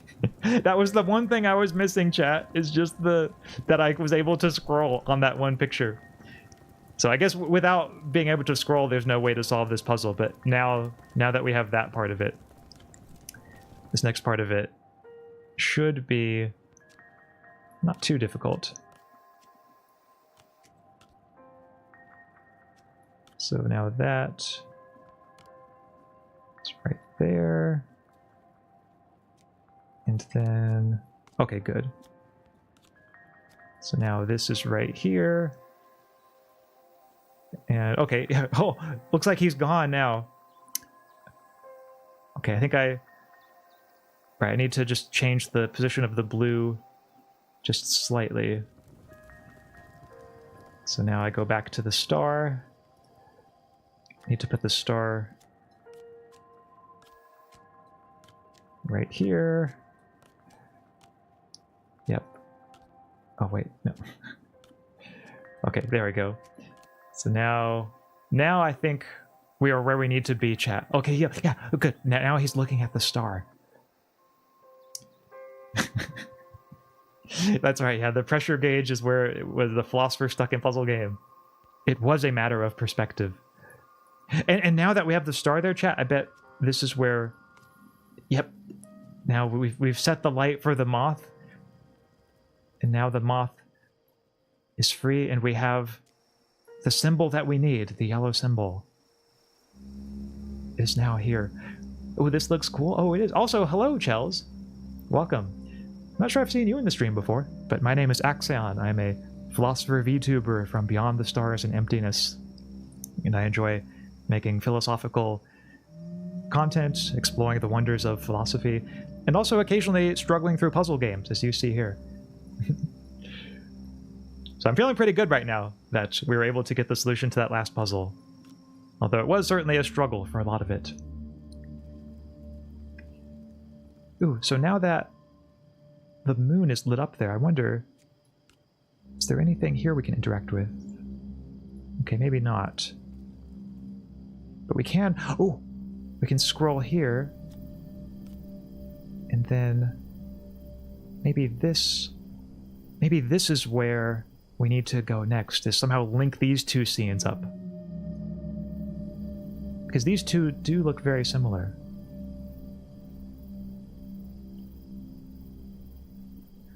Like in both of them, there's a figure pointing to the left. Oh, okay, yep, there it is. There we go. We are in business now. So now that he walked over that way, then okay, he's found a constellation. Yay, puzzle solving! Yes, also hello everyone. Hello. So Chels, you came to the stream at a good time, because that was some rapid puzzle solving there. For like the previous 30 minutes of the stream was basically me just struggling on like one puzzle, because I didn't realize there was something I could click that was able to scroll the image. Oh, so now that we've gotten the yellow one, we need to go on to the blue. So this puzzle game seems to be, yeah, reconstructing the story of this young man's life, going back through his memories. Like we see him there. I guess that was after he got injured in the war. Yeah, a lot of this seems to be him in the war. Some kind of war. I guess we don't know too many specifics about it. And it's not always clear whether he's imagining the war coming up or whether he's looking back on a war that he took part in his youth. The game has kind of a non-linear narrative. Yep. Wait, I just realized I actually got way more engrossed in today's stream than I expected to, and I'm just chatting instead of working on a certain you-know-what for you-know-who. Oh, well, now I'm intrigued. That white book being the only tilted one is tilting maybe. Maybe that's part of a puzzle. Yeah, I think it might be. Oh, now he's having a dream. So he's having a dream of falling.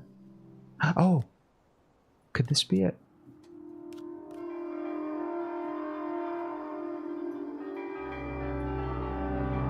Oh, his dream. Oh, now he's seeing the creature from the start of the game.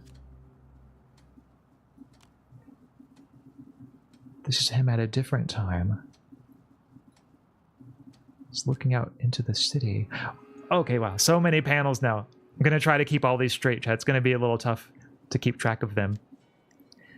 Kind of looks like a European city, in a way. This reminds me of one of those European cities. Ooh. Now this is a gold symbol with the blue on it. And another staircase, kind of like the one at the start of the game. See, could this staircase be anywhere? Or could it lead anywhere? Ooh. Here's some blue symbols on this wall. Could these... No, I guess these don't link up with the staircase at all. So I'll keep that one in mind for the future. Maybe those blue symbols do something. And then here's... Oh, okay. So there's a wall there. Oh, now it looks like I can look at the books. This one... Oh, some kind of fortress. No, yeah, it's not going to link up with that. Great job. I adore puzzle games. It's so rewarding when you get something right. Oh, thank you, Chels. Yeah. It is really rewarding when it all just clicks. And in this game, the clicking is in a very literal sense, when like the puzzle pieces fit together. Yeah, no, it's super satisfying when that happens. I'm now thinking, based on what you guys have said, knowledge should be shared like a gift and not brandished like a weapon. Indeed. I think you've hit the nail on the head there, Tia. If someone knows something I don't, whether it's about philosophy, or I see the comment continues. Yeah, puzzle progress. I know, definitely. Like, we are in business now. Oh, here's him as an old man. And there's the blue symbol there. Okay, yeah, those don't link up otherwise. Or are otherwise. The right thing to do would be to share the gift of knowledge rather than judging me for not having it already, no? I think the issue is knowledge was a weapon as I grew up. Yes, and that's always a sad thing when people treat knowledge that way. And there will always be people like that.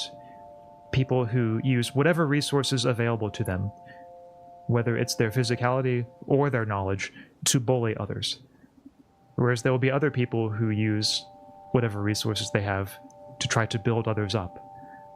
And I think you're right, Tia, that when it comes to knowledge, we absolutely should follow the ideal set by the best, the truest philosophers of using knowledge to build each other up. Because that's a wonderful, beautiful thing when we can do that. Oh, wait. I think we see it now. Okay, now he can go up the stairs to the other location on this mysterious journey that he's undertaking. I don't even know what the conclusion of this story is going to be. What do you think, Jet? Is there going to be a boss battle in this game? Is this a boss battle type of game? I kind of hope not, because I don't think I would be good at fighting a boss in this game. But if there is, don't worry, we'll brave it together. Ooh, so here's... Okay. On the spine of this book is a girl receiving something from the statue.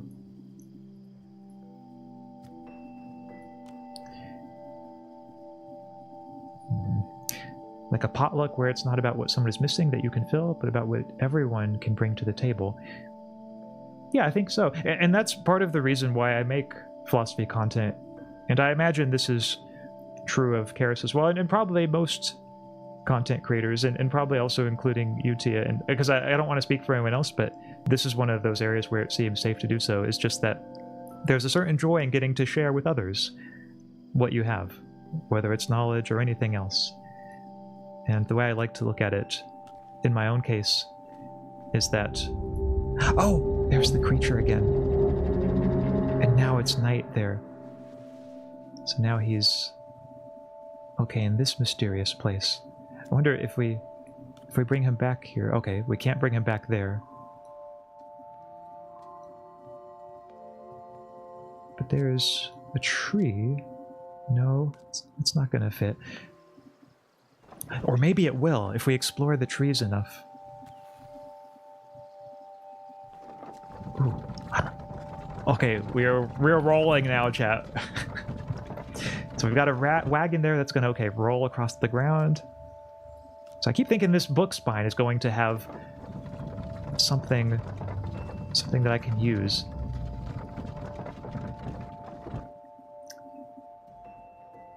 But it looks like... Okay, maybe over here? No, not quite. Oh, I haven't looked at this book spine yet. Okay, so, oh. No, it doesn't quite line up. For a second I thought it was going to. I thought I could put that wheel where this picture is. This game is trippy. No, it so is, Kale. I don't even know fully what the story is. It's one of those games that has kind of a vague story. Which to me is part of what makes it intriguing. I like trying to figure out the story in games like this. So that's... Okay, he has the blue bracelet for some kind of offering. And then... Oh, okay, he has... Looks like he's taking a knife to the bird. Maybe the peacock is a sacrifice of some type. He's letting the moths go free. And then he's toiling with the yellow.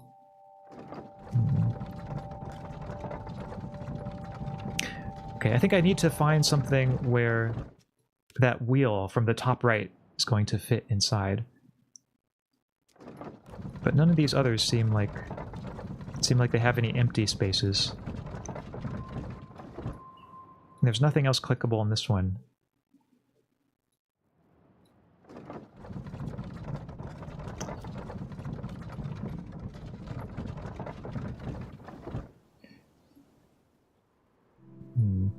I wonder, maybe if I go to some of these others... Could that be?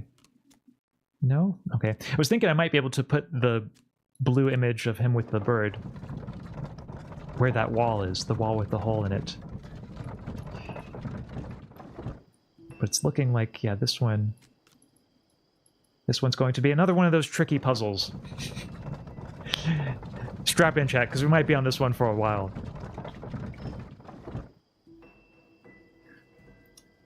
And foodie, so that comparison really resonates with me. Already thinking about what I can bring to future Philosophy Cookout. Hey, yeah, Philosophy Cookout sounds like a good time. Okay, so there's the... Ooh! So that particular image is showing something green from the tree land to over here.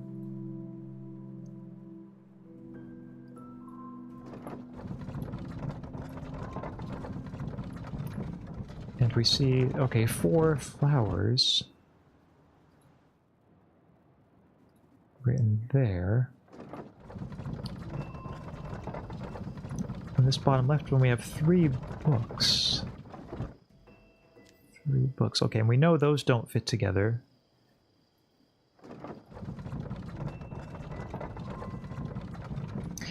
I'm thinking one of these images has to match up with something.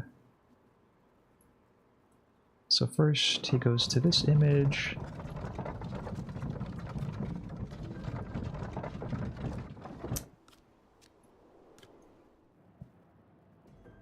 Yeah, none of those seem to fit. But I can't move anywhere else in this image. Yeah, it has to be one of those.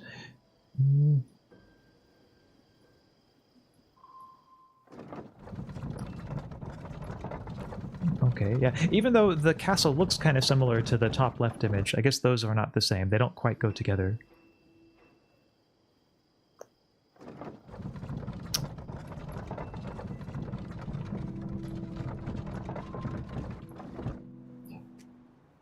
No.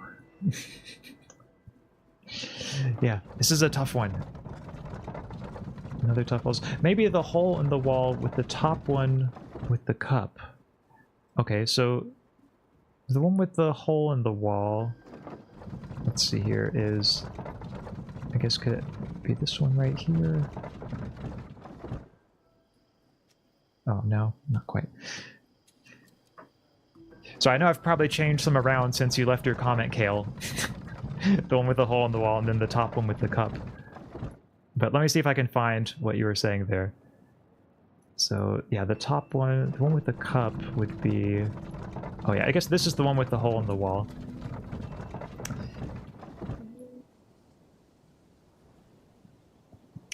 So it's just a matter of... Okay, and I can't zoom in any further on that one.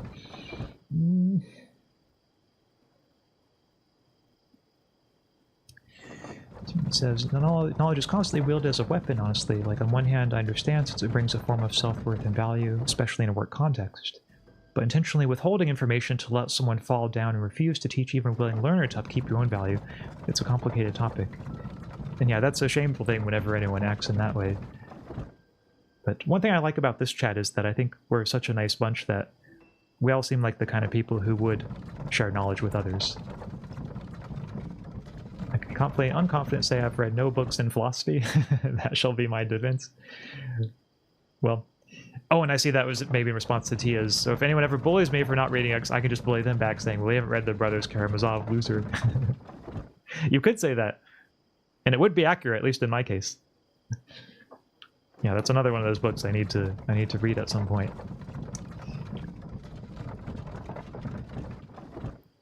Oh, hi, Stella. Welcome. The only philosophy books I read were for my class. Well, hey, that's a start, you know. Hey, reading any philosophy books at all, I think, is something to be celebrated.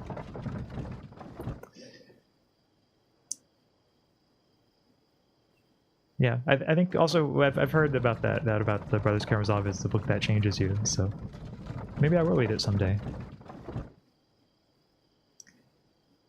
I forgot, but in the golden circle there's a blindfolded person at the top, and there is a hole in the wall, and I saw a hole in another wall that matched. Oh, okay.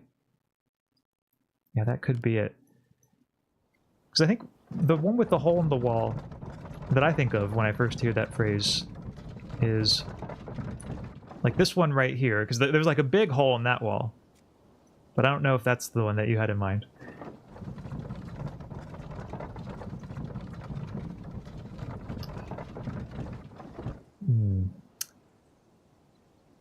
Yeah, it's surprising similar to self-help books. Oh, yeah, some philosophy, I guess, is kind of like that, in a way.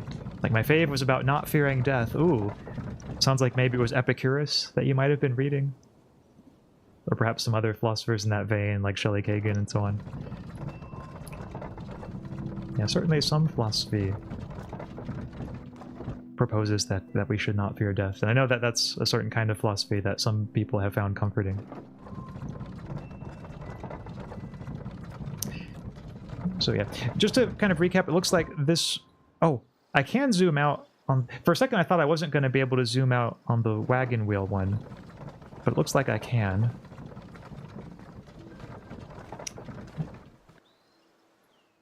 Oh, I can zoom out even further on that. Wow, okay. Ooh, oh, okay. There's so much in this one. Oh, now he's walking with a can, ringing some kind of bell. Wait, could this be it? No? Okay.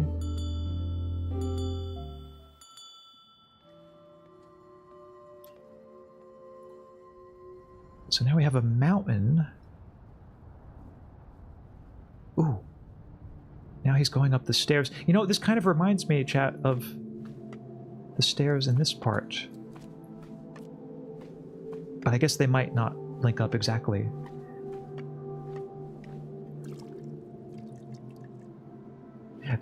Maybe he's making some kind of religious pilgrimage. It seems like there's a ritual washing involved. Like he has to go to the top of the mountain Could be that there's a temple there of some kind.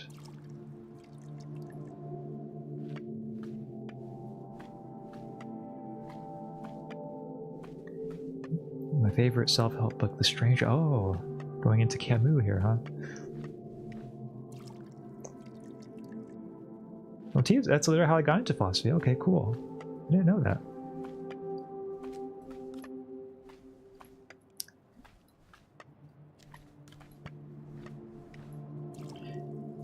Yeah, I suppose that for many people, the existentialists are at least one way of getting into philosophy.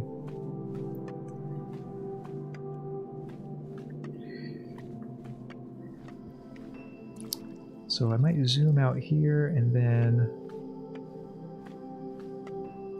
Okay, so now he's walking up that way to the mountain. Yeah, there might not be anything I need to do on either, because like now, like we have the wagon rolling and we have him walking along the yellow area and we have him walking up the mountain. Oh, it looks like that's the only thing I can do in this part, is like these three things.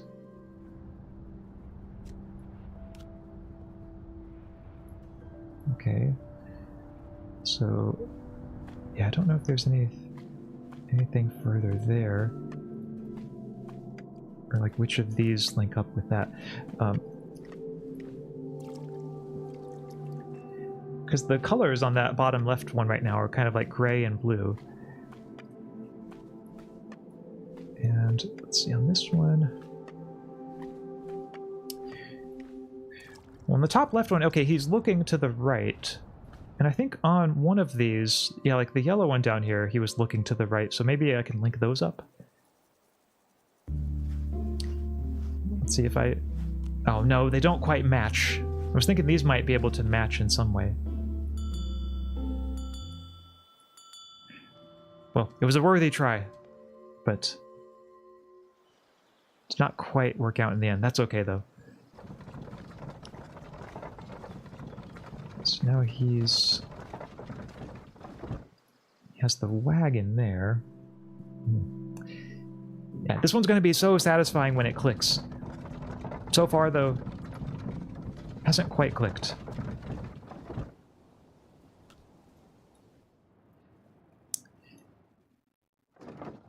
So the moths, they're yellow.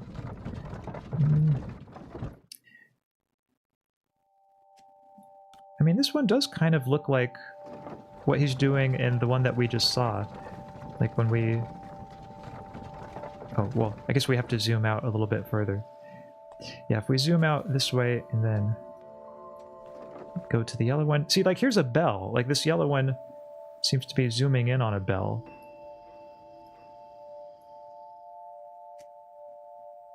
But I guess, okay, it doesn't link up in that way. Oh, wait. Maybe if we go like this... I'm surprised, because it seems like we should be able to match him pretty well with the hole in that wall down there. But looks like whichever way we go, it doesn't quite line up. Oh well. We'll keep that in mind for the future. Maybe we're supposed to do that at some point, but just not yet. Maybe it's too early to do it now.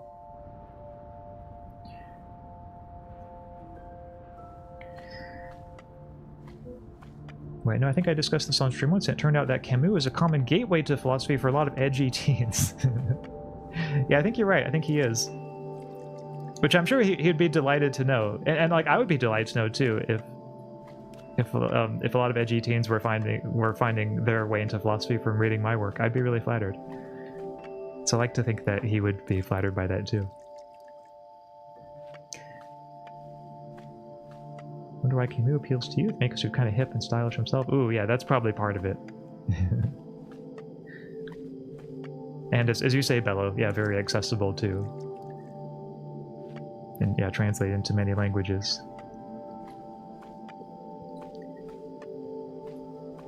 So there's that blue one. And then there's the green one. Of course, here we have the green spine in this book, but we've already taken a look at the wagon, and that one doesn't seem to have anything we can do with it. Yeah, nor do any of these images.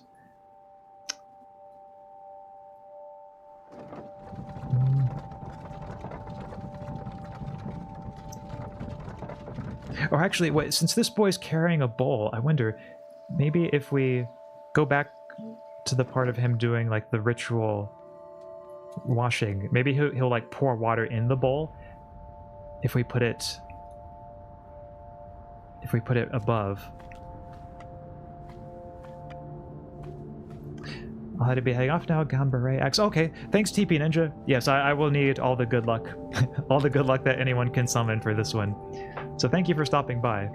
And I hope that you have a good rest of the evening. Yeah, the puzzles are melting my brain. Very understandable. They're melting my brain as well. These teens try and turn their partners poly. You'll raise a generation. Then you'll also have a generation of VTuber fans. Yes, the plan is all coming together. Yes, all proceeding perfectly as planned. Which is more than I can say about this. Oh! So here, we have a hole in the wall that actually does let us see something. So maybe I can use that. Maybe that will be... Maybe that will be my way of proceeding through here. Okay. So it doesn't quite work on that, but maybe if I see him walking...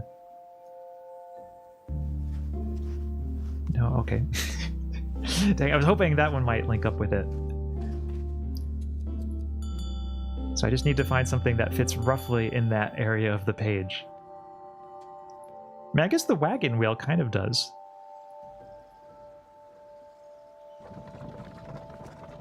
No, okay.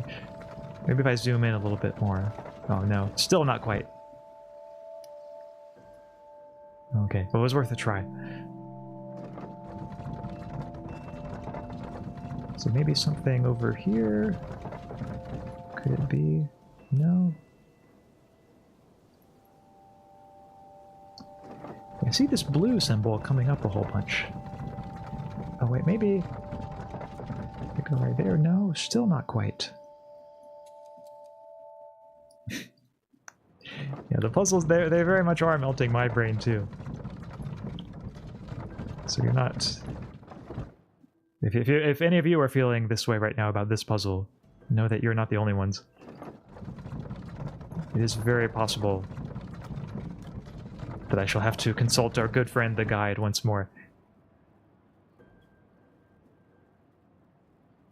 Wait, I see the vision actually. Dostoevsky has like this little springly of optimism that's a puzzle gateway into constructing something. Oh. So maybe Dostoevsky can help us with this puzzle game? If he can, then I think that's great. I think that's... Because right now I need all the help I can get.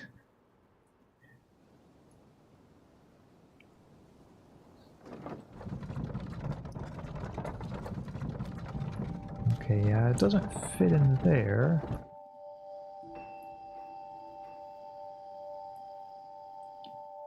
So could it fit in here? No. Yeah, people who create guides. Especially for games like this. It is certainly not one of the easier games out there that I've played. Or not one of the easier puzzle games.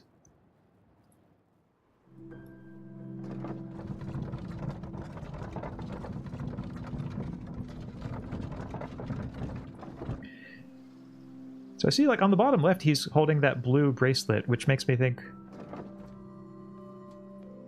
Maybe if I... Well, no, there's nothing there, because there he's just walking up the mountain.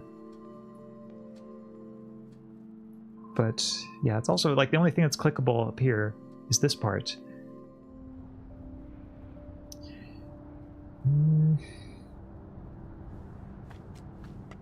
Oh, so... Okay, this is useful. We know that the clouds have something behind them. So maybe... Would this work? Oh, it does! Okay, chat, we just made some progress. Okay, good. So now he's chasing after the blue symbol there. But will he find it? Or is this like a Sisyphean journey?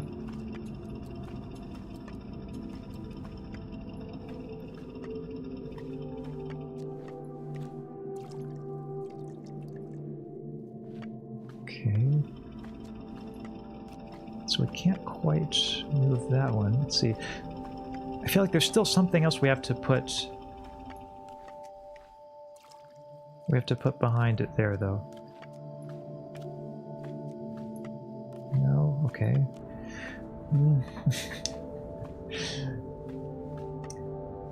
Wait, his matcha... Oh, wait, that's a candle. You've got this, Axe. If you can handle chemistry, then you can do this. Oh, thank you. Well, yes, after chemistry, this will be my toughest challenge yet. Sisyphus. Oh, we were just talking about Sisyphus. I see. Yeah, Sisyphus is always relevant in philosophy. That's the nice thing about Sisyphus. Oh, maybe... I wonder if I move this down here. No?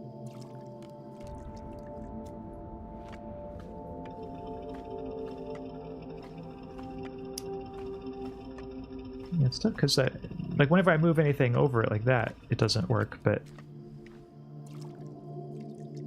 I also don't know if there's much I can do. Actually, you know what? It also kind of restricts me from moving this one until, see like the hourglass symbol there? Until he moves down to kind of wash himself. Like that's the only time I can move this one. When he's chasing after, or when he's not chasing after, rather, the blue symbol there. Yeah, chemistry is awful. Yeah, I was not the most natural at it myself. So I think I understand where you're coming from when you say that, Estella.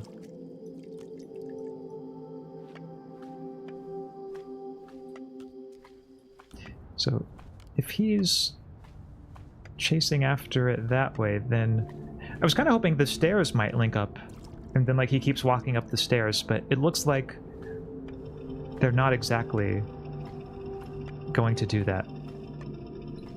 But that's okay. No? Okay. Ooh. No, okay. Even though the blue symbol's there. Yeah, it doesn't quite link up in this way.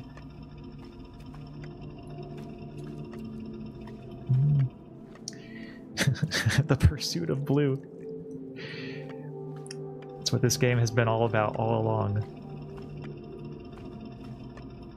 Well, I can't even zoom in on that picture. Okay, that one I'm stuck on.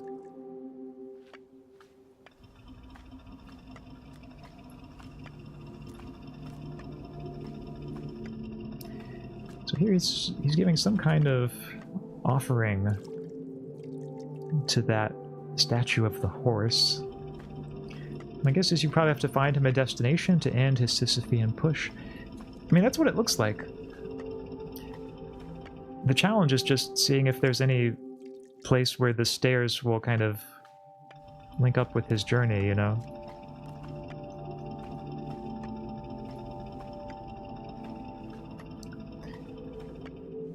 Because none of these images seem to match. And that's the only place we can click on that tile right there.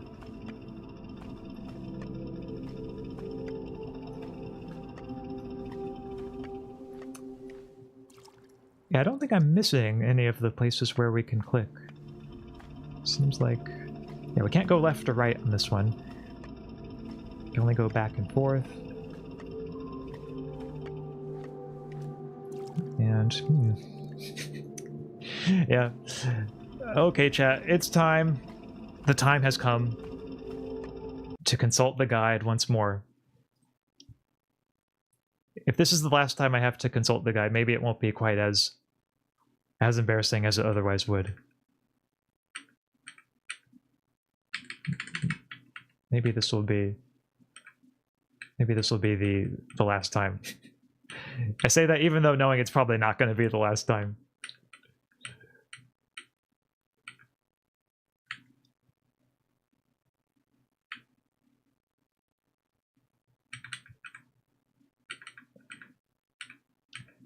Okay, so yeah, it looks like I'm roughly at the part now in the guide where we are. Sure, it's all going to come together in a moment.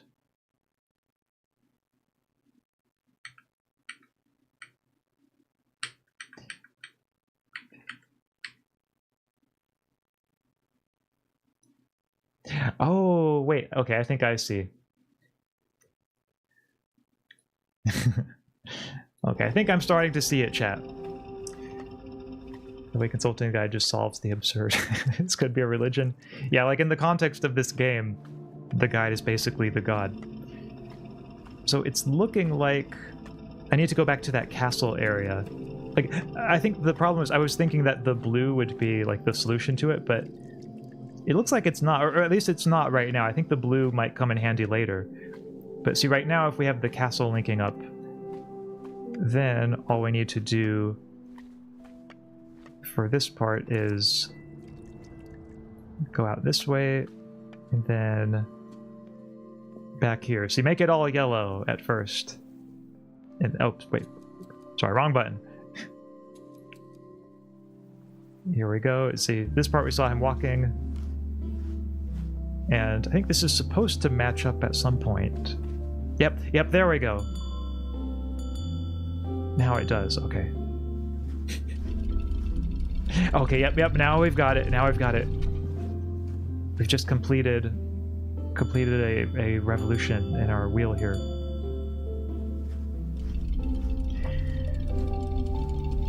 He says, I don't think it's embarrassing. You've figured out a lot of stuff in the game. I feel it resolved more around nonlinear thinking than logic anyhow. Oh, well, thank you. I appreciate your words of support to you. Oh, so I guess, okay, it makes the wheel move every time. Every time he keeps walking, okay. So I have to figure out which of these I need to go where. And I don't think it's this one.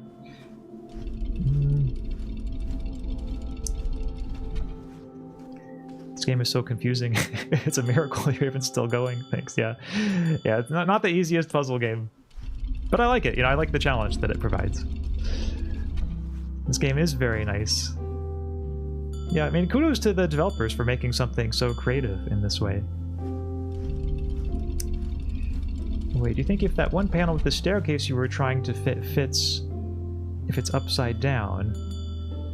Oh, the one panel with the staircase? Yeah, it might be. Let's see. Like, maybe this one right here. At least that's the one with the staircase that I remember, but then there's this one too.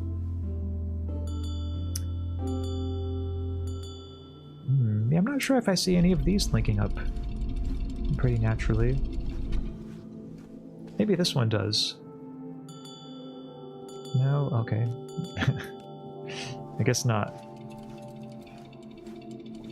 Oh wait, I gotta wait for it to make a complete revolution for some of these.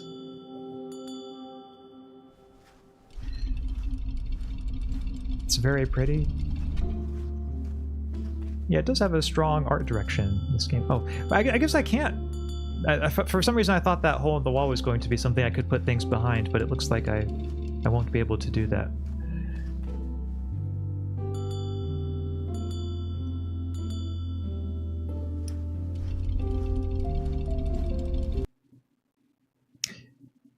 Yeah, it could be...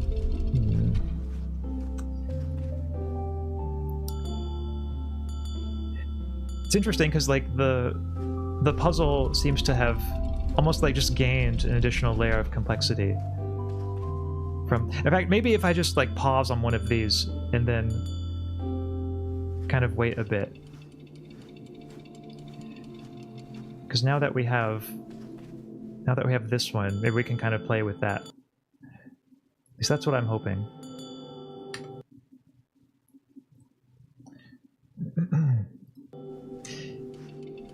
Yeah, like if we...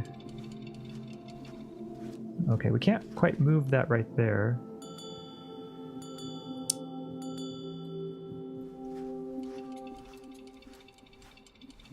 But now that we've actually... we figured out at the very least how to change which picture is right side up on this yellow part, so I think that will probably be like the major thing that we do. Like if we do this part... Okay, no, not quite. Since these are both blue, I was hoping it might fit on the spine of that book right there.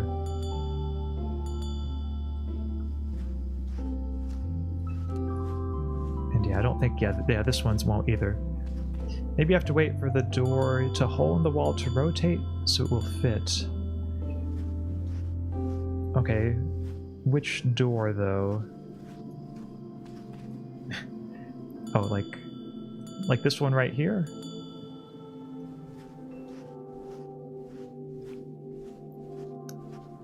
Oh, well, now the hole in the wall here is right side up.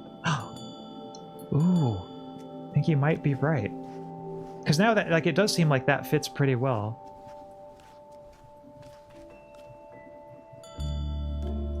But I don't know what else I can do with that.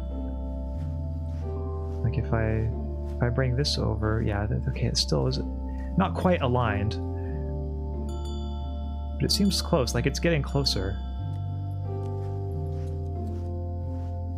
And like the fact that these images are staying on top of each other makes me think that the game wants these to be combined in some way.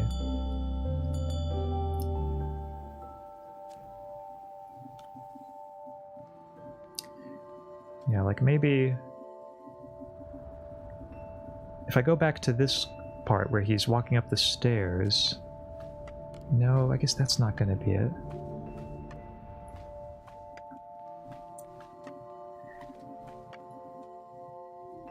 And I don't think it's the wagon wheel. I haven't thought about the wagon wheel in a while, but... yeah, it seems like... yeah, that one doesn't really fit too well.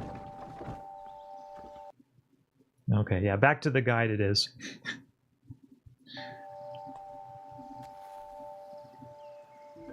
But yeah, I think with that, now that we have the thing behind the door with the hole in the wall, it does kind of match up with the... oh, wait, okay. I think I see now. Yep, if we go back to... wait, which one of these is... oh, okay. Not that one. So... there's... the boy right there. And then... there's this... oh, okay, that's just him walking along.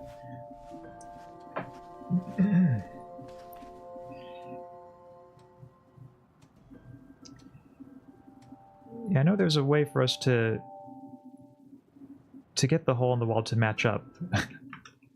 Hold on, I think I saw it in the guide a second ago. I'm gonna go back and see if I can find it.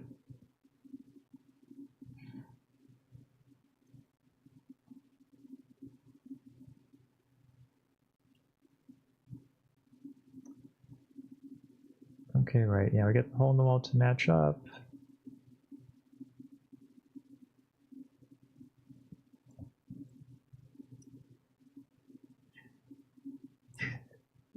And sorry, this will just take a second making sure, because it's like a video guide that I'm watching along with right now, and okay. Oh, I think I see how they did it. All right.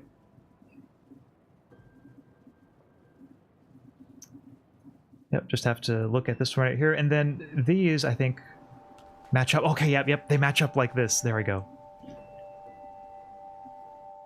So now that we have that, maybe now we can look, we can bring this one back, and yep, perfect.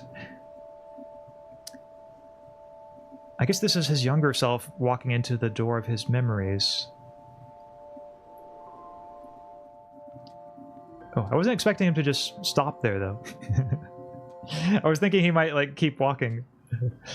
Oh, well, it's okay.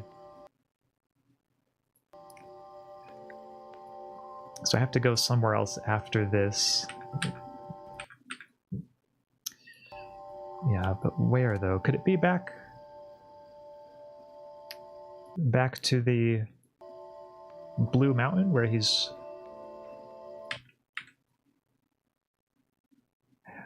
Oh, actually, wait, no, maybe I just have to take... Because now he's in a new place. Right, I see. I just hadn't finished playing around with it. And there's the creature. Okay. Oh, we even have a different... a stained glass window now. So we have him in yellow with a trumpet.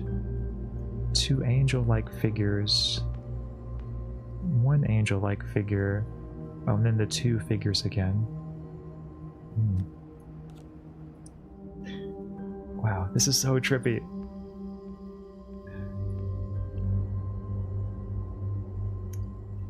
Yep, that's right, yeah, the dragon has made an appearance once more. Maybe that dragon will be the final boss. Okay, so... Oh. Notice that he's... Oh, it looks almost like he's trying to get to this part right here. Because we can see him over there, but... Yeah, we can't really zoom in on him too much. I think this is the closest we can zoom in on him. So we're trying to get him to be able to walk to that other place. Well, here the wagon was going to the left, so maybe that's the way he could. But it doesn't quite fit. Oh, but the wagon fits here! Look, yes, okay.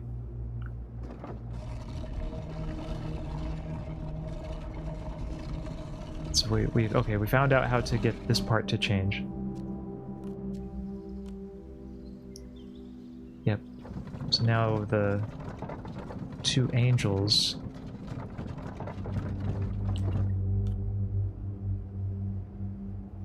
are this part. Okay.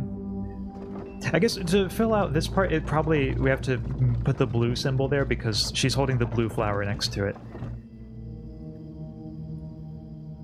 So for this part, maybe we... Okay, yeah, these don't go together.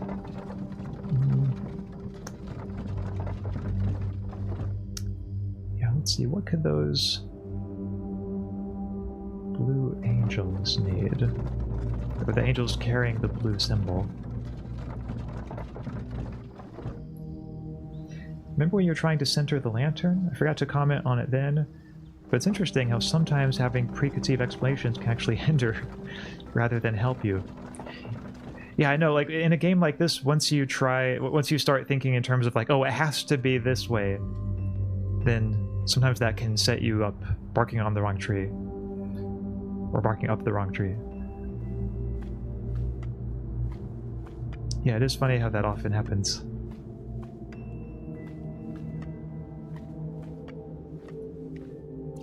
It's in relation to a remark about, oh, gamer instincts, I see.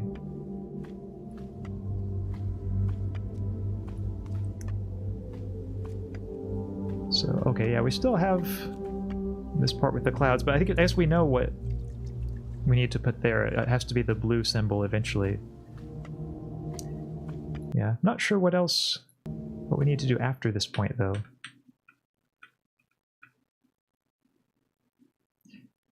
Maybe I stopped on the wrong symbol. Maybe it needs to be a different symbol that is up at the top. Like if I go back to the part where... Let's see. Oh, actually I think on some of these we might even be able to zoom in a little bit closer. Like if we look at... Oh, okay, yeah, here we can zoom in a little bit closer. So we have kind of something that mirrors the staircase there. Like if we go back to here. Does this kind of line up with that? Okay, not quite.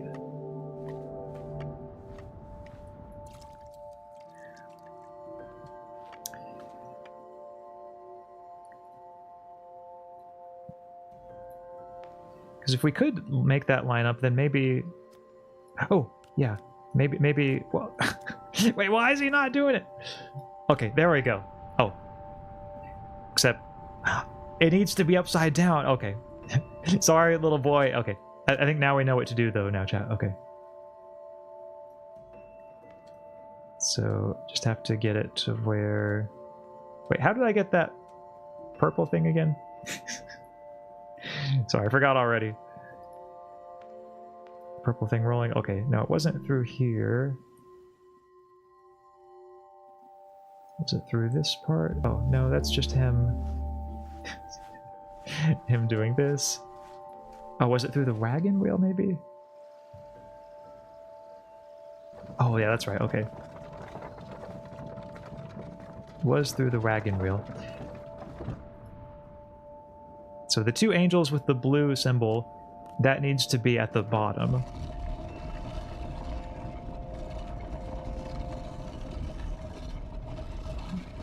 Okay, so not there.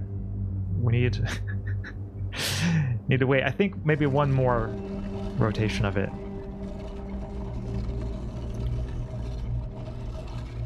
Okay, good, good. So now that we've gotten the little boy able to... Like, we know he's able to walk on it to some extent. He just needs the right orientation.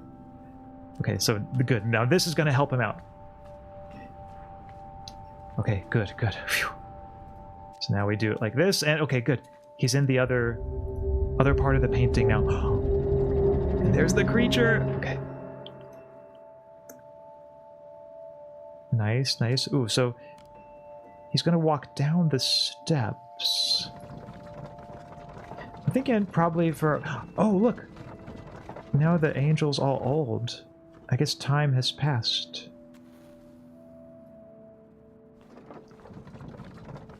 Each story block changes depending on where the boy in the top right walks next. Could this be what we need? Okay, no, that's not what we need there.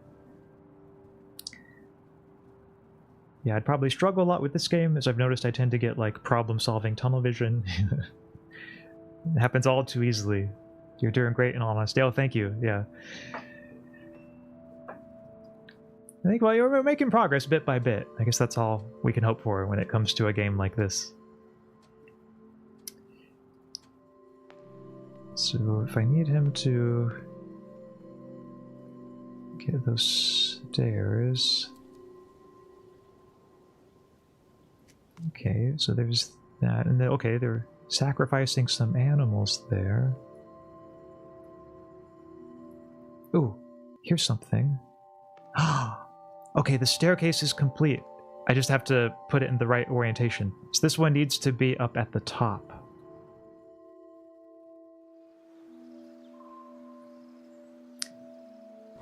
Yep. Oh. Except... Oh, no, now I can no longer move it in the same way. Maybe the little boy in the mountain climber stairs lines up. That's an interesting thought, yeah. It might be that. I mean, I'm thinking probably what it needs to be is these, because these stairs have the blue flowers painted on them. And I think the little boy's stairs also had those paint. Like, if I'm not mistaken, yeah, his have these too. So that makes it me nearly positive it has to be both of these. But the question is just, how do I get this thing reoriented?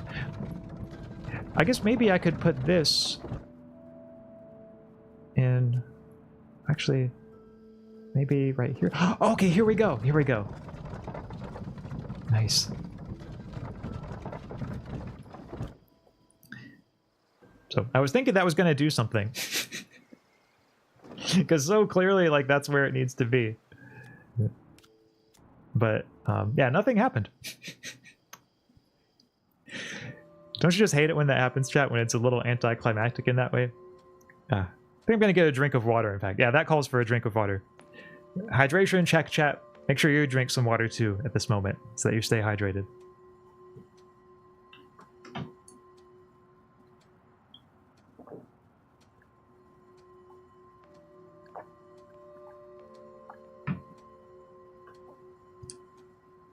Well, there we go. But I'm not gonna lie, I was really thinking that something was going to happen there. But anyway, we'll keep that in mind for the future, though. That's probably a combination of panels that we will need at some point. Yep, we'll need that at some point here. But in the meantime, yeah, I guess the question is just if there's a way we can rotate this plate.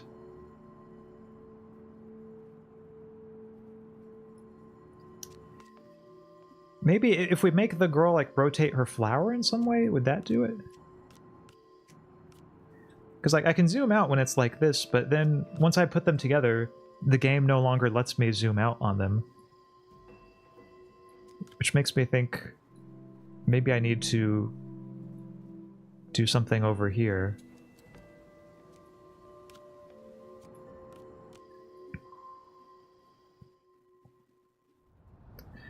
Because, like, up here, he was walking up the steps. Oh! Chat, we figured it out. Okay. Yep, it all comes back to this part. This is how we make it rotate around the way that it needs to go.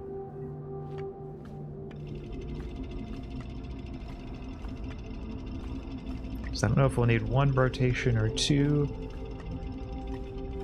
Okay, good. I think that's the one we need, I'm pretty sure. Because now, yep, we zoom in on here, and the stairs are in the proper orientation. Which means now we go back here. Oh, wait. Not there. Which means now we go back here. And boom! Just like that. Now he can continue on his path. Okay. So then, where does he go next? So we've used the... Well, actually, I don't know if we've used the yellow book much. Oh, yeah, we have. Okay. But have we used the green one?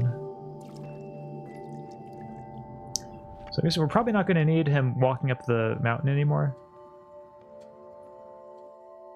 But... Is there something else? Oh, yeah. Like, maybe up here. Okay, yeah, this is how he gets to where he gets the water.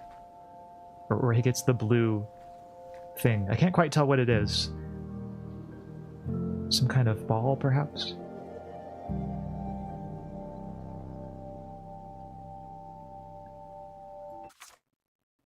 Chapters... Wait. Oh, this is just the chapter select. Okay. I thought I'd finished the game somehow. I was a little worried there for a second. So, oh. Now we have him doing the ritual cleansing in front of the fountain. The plate is broken. Oh. It's broken from the ravages of time. He's reflecting back on it as an old man.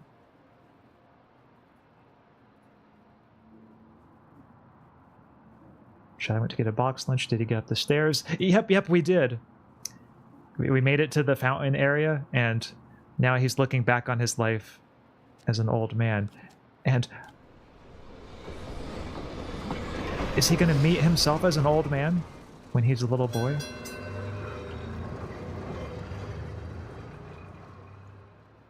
It's looking like he just might.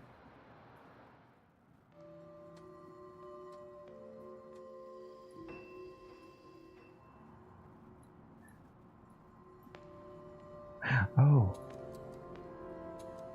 Here's him as a really old dude. He's looking back on all the puzzles we've completed together.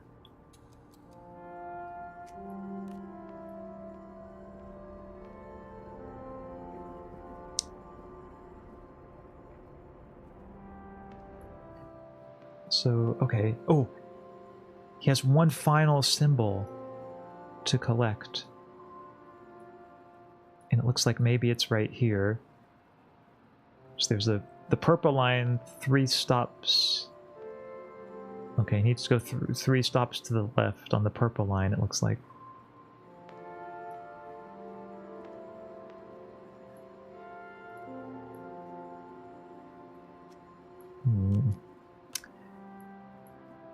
I can't say I know too much what to do with this image. It looks like this is just some kind of bus schedule, showing an image of him kind of hunched over.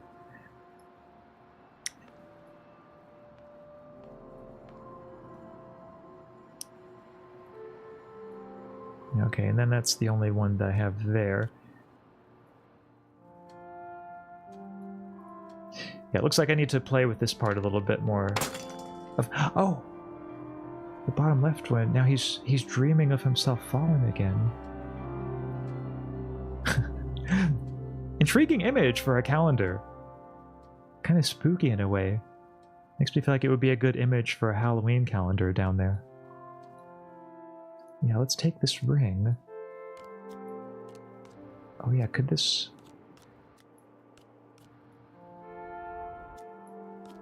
Oh, I was thinking we could do this, because this looks like it would line up pretty well. But unfortunately, we cannot.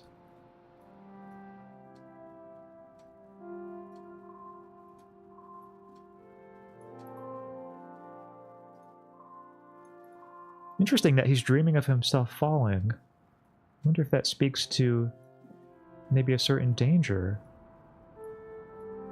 that he's worried about.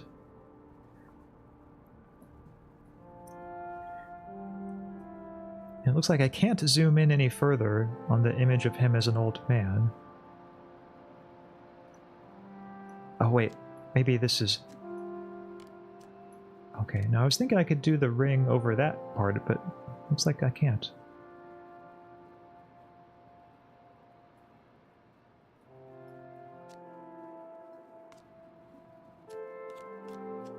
Okay. Oh. Oh, okay. Now I just had to take that layer off of the sign. So this looks like it's the stop where that purple symbol must be.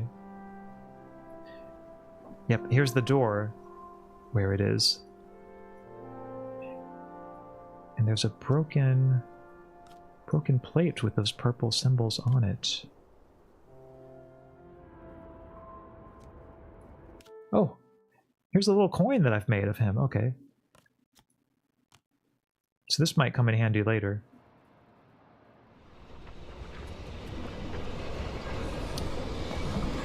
Alright. Got a train coming. Oh, there he is again. Okay, I was wondering where he was.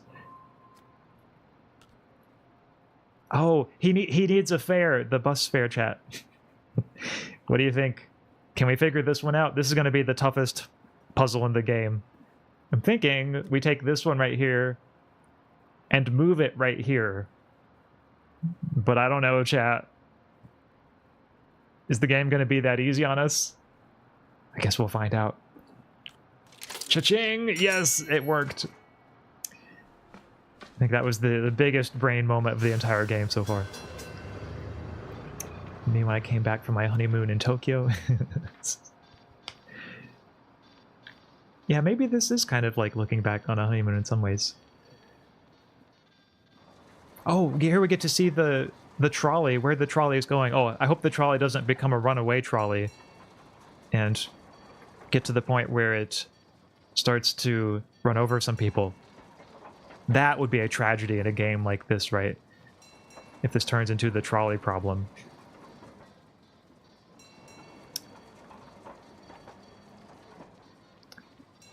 So I'm thinking if we had this, let's see, going the other way, I guess I need to...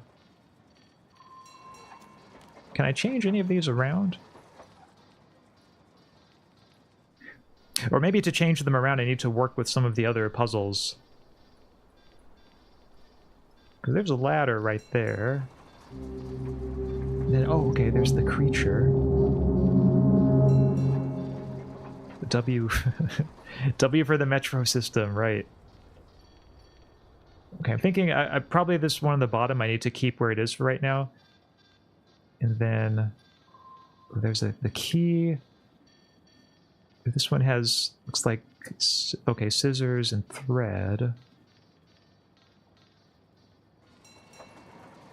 And then up here, okay, a mysterious kind of vase.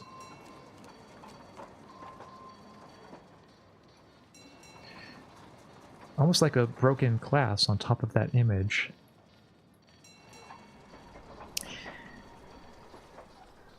Alright, so that's useful to know that I have all those symbols there to work with. Oh, here's some broken glass.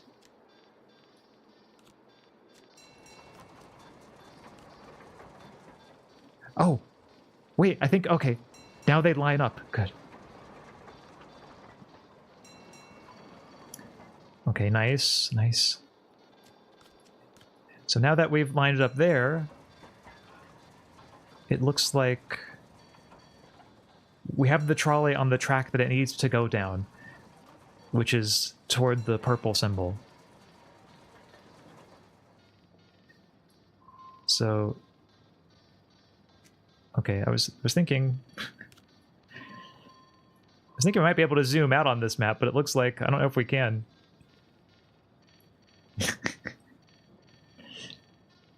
Looks like now the trolley's just gone. Oh no. Did I not act in time for the trolley? Anyway, don't worry, we'll get back to you, trolley. Oh, well, yes, okay, look, here's we're on the purple station now, and the trolley has gone there. Okay, it's like now I feel like we're making pretty good progress on this game. It was just that last set of puzzles that was a real challenge. I was actually thinking maybe I should do a video on the trolley problem. Maybe it could just be a rite of passage for Philosopher VTubers. Speaking of which, you know, seeing how that horse symbol has 4 fishtails. Yeah, the horse symbol is a little strange. It's like a chimera, the way that it's set up. No, if that has any story significance, but it might. And yeah, I think Tia, yeah, like it's basically a rite of passage. I think making a video on the trolley problem is a very solid idea. I'm sure like I and everyone else would love to see any video that you decide to make on the trolley problem. But no pressure. It's, you know, you don't have to make one if you don't want to. The more important trolley problem. We did not know trolleys would make an appearance in this game, but here we are. Oh, Tyler, okay, Tyler, no, it sounds like you've had enough of the trolley problem. No more trolley problems. Could we ever have enough of the trolley problem, though? Like, could there ever be too much trolleys in philosophy? Too many trolleys? I don't know, I'm a little skeptical. So, I mean, we've already gotten the trolley to where it needs to be, so I'm a little surprised that it's not letting me zoom out on this map image. It's like, it's saying that, like, the only area that's clickable for me now is right here. Oh, I guess maybe I need to link these up in some way. Like if there's a thread somewhere. Could there be a thread? A thread that I'm missing? Oh, there is! Okay. So now these link up pretty well. Oh, actually, could even look down. Okay, so I could look down here.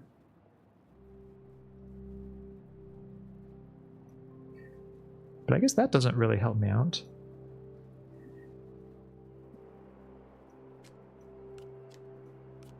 Yeah, I was thinking something might happen upon showing that these two images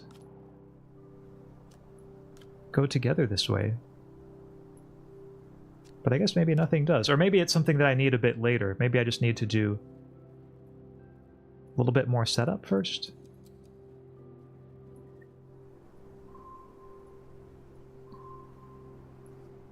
Oh, well, this one has a ladder. Oh, could these ladders be linked in this way? No. Looks like the ladders don't quite link up. So as a recap, have you got the other 4 offerings already? You just have the purple one left. Yes, I think that that is the way the game is heading. I just need that one more offering. Ooh, Estella says, okay, never enough trolley. So it seems like we are in agreement on that, Estella. Oh no, it wasn't for Tia, it was because of the trolley not oh, the trolley not showing up in the game. I see. I see. Thank you for the clarification, Tylenol. Yeah, you're right. Yeah, the trolley problem, we've overcome it. In this game, at least. Yep, no more trolley in this game. At least as far as we know. Yep, so I'm thinking... If I click up here... Okay, I guess this is probably going to be the end screen where he gets the purple thing there. So probably don't need to go on that for right now.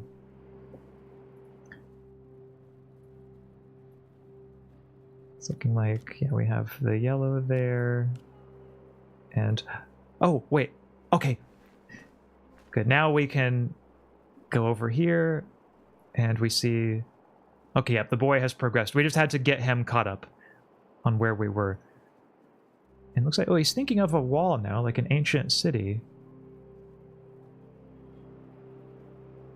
Oh, he's thinking maybe there's like a way of getting through the wall?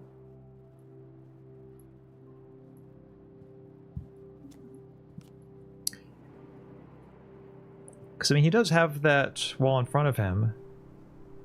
So I'm thinking if we... Let's see, is there anything else we can click on in this image? No, this is the only area. Oh, I guess... This ladder... Okay, now we've gotten that to link up with each other. But I don't know if that helps us out very much. Because, like, it looks like he's still kind of stuck where he is, you know? And, like, he's thinking of the wall in front of him and how he wants to get past it.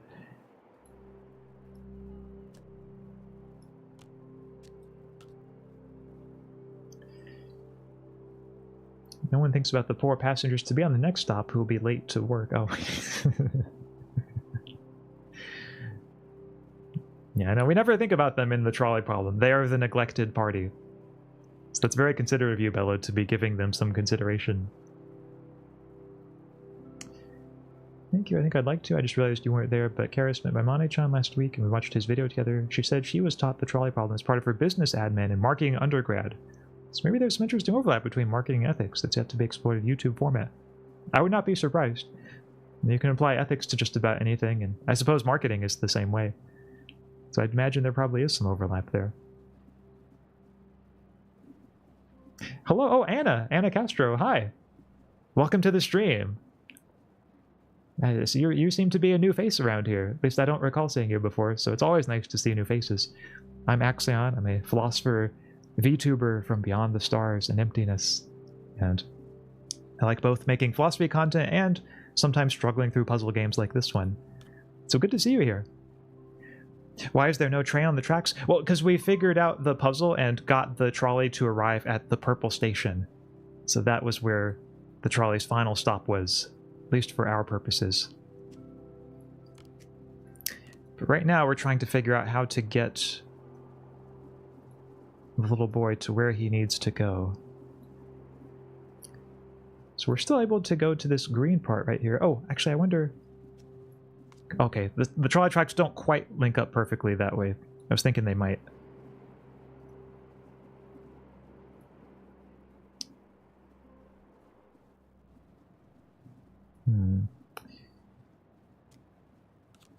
Oh. Oh, hey! We can take this picture frame off. Okay. Nice, nice. So now we're making some more progress. Oh, this must be him at a younger point in his life. And he was looking at some kind of quilt. A quilt of many colors. Ooh, we can zoom in on some of the colors too. Like if we take this one. Oh yeah, we're giving him the idea to walk to the right. Maybe he'll find an alternative entrance.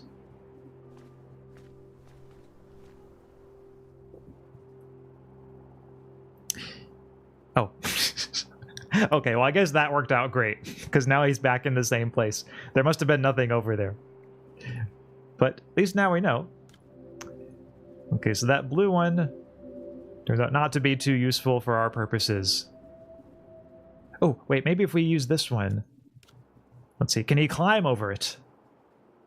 Yeah, dude, climb over it. Oh.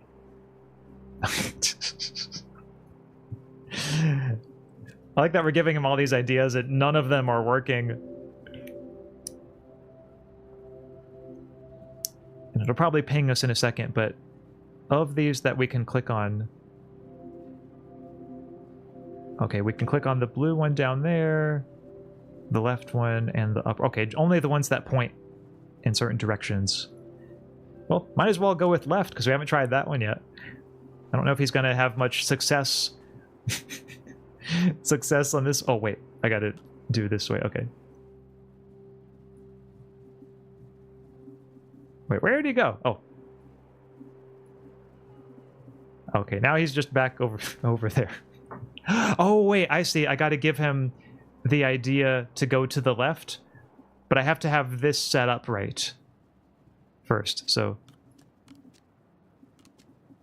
Right, gotta have this set up that way. Over here. Give him the idea to go to the left. Here we go, and now you should be good to go. We have got him to walk into the place where he needs to be. Oh, now he needs some scissors. Okay. Now let's see, are there any scissors I could give him over here?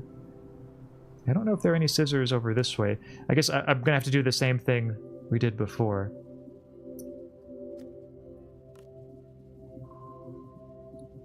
Oh, we've got some... Okay. Oh, wait. Here we go.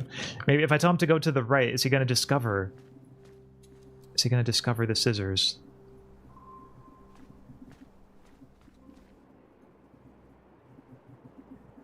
Okay, that's where he just came from. And that's where he's ultimately trying to go, is up there.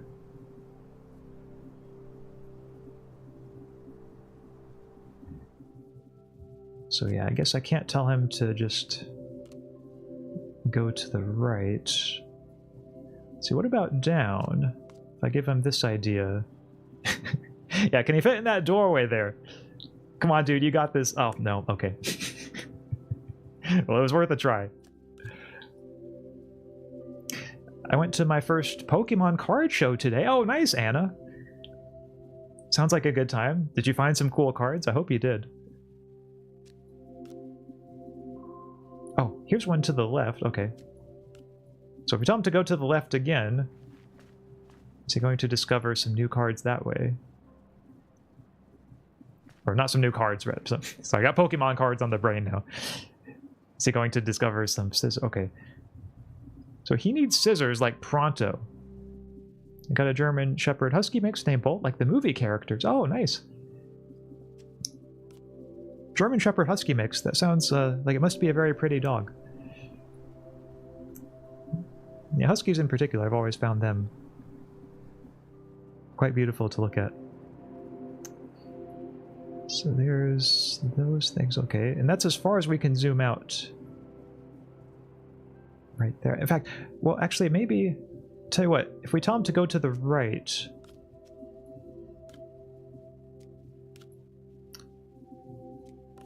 Then... Oh, wait.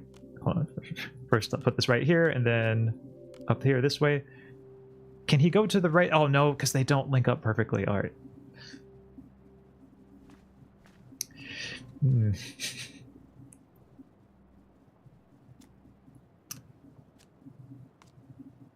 We can't get him to go down because that's just a drawn door right there. We know that he wants scissors, but where could the scissors be?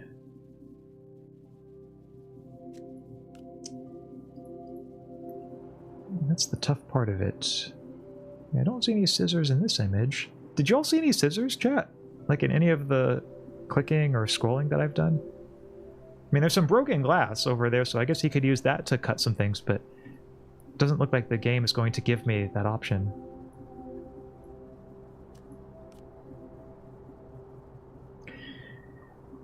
Considering the puzzles seem to get more convoluted with each offering, please don't beat yourself up if this one is extra tough. Oh, thank you. Yeah. Well, I appreciate your understanding as always, Tia. Yeah, this one, it wouldn't surprise me if they decide to just, you know, up the difficulty on it.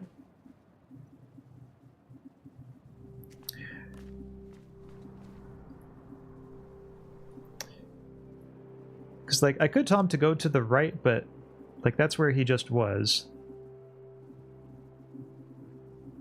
So I don't think that will be helpful if I'm telling him that. We're trying to get him behind this wall.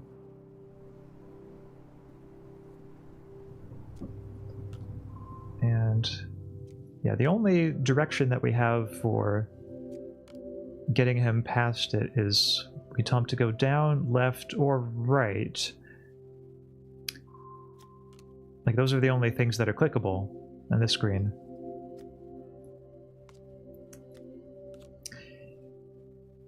Birthday Pikachu 25th anniversary promo. Oh, cool. 17 cards in total. On the other hand, if it's like this is the last one, so if you get it, yeah, you're home free. That's right, the final stretch. I just really don't recall seeing like scissors anywhere. Like, if there were scissors, I feel like we could help him, you know, with discovering where the scissors are, but it just seems like there's not really any. I mean, there's like an illustration of scissors on the wall there, but that's the only scissors that I see. They don't look like real scissors, and he needs some real ones if he's going to cut this string. By the way, I'm not actually sure why he needs to cut the string. I guess he just wants to, or maybe he needs it to get like where he eventually goes. But yeah, no scissors there. It just seems like some broken glass. You're a new VTuber to me. Oh, yes, well, I suppose I am. Yeah, I think that I've been VTubing now for not quite a full year. Maybe about 10 months. Yep. So here in a few months, I'll have my first anniversary. Which sounds strange to say, you know, it's already been close to a year. Close to a year of Axaeon. And a wonderful year it's been, at least for me. I've enjoyed it so much, getting to spend it with all of you. Okay, chat, I think I might have to visit the guide for this one. Because I'm all out of ideas on this puzzle.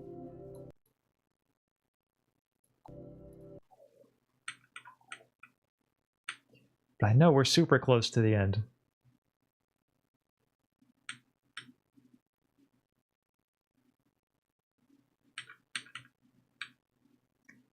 It's just a matter of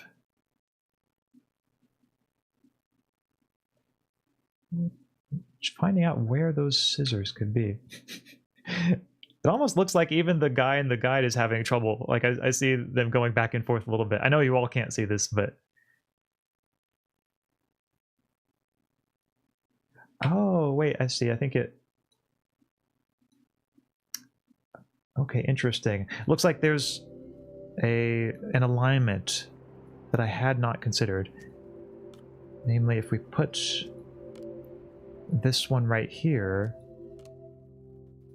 Maybe, yep, it looks like these link up. I need to get him to go to the left, but then when the small door is made large, that way he gets to walk through. See, it was that simple, chat.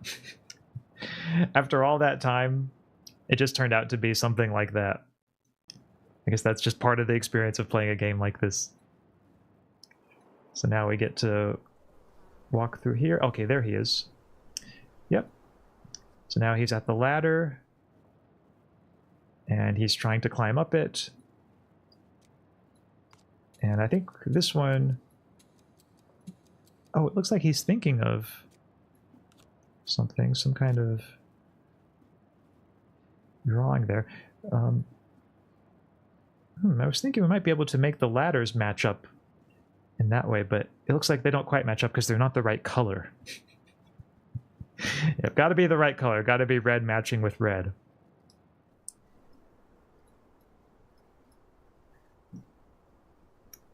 Not sure how this image relates to it. I guess we'll see maybe in a moment.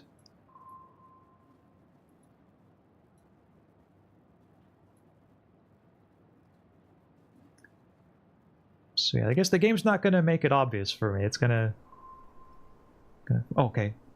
Maybe this helps. No.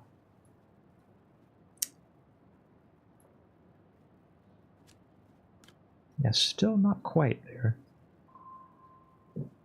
Yeah, none of these match up perfectly. That's okay. Well, oh wait, here I bet it is. Okay. Just needed to venture to the right a little bit. So now, if I tell him to go to the right, maybe... Oh. Wow, he's a really creative little kid. Look at all these illustrations that he's done on these sticky notes. I hope you're doing well. Oh, thank you, Anna. I appreciate that. I'm gonna go by. I will come back in a bit. Okay. Well, thanks for stopping by. And yeah, by the time you come back, maybe we'll either be finished or close to finished with the game.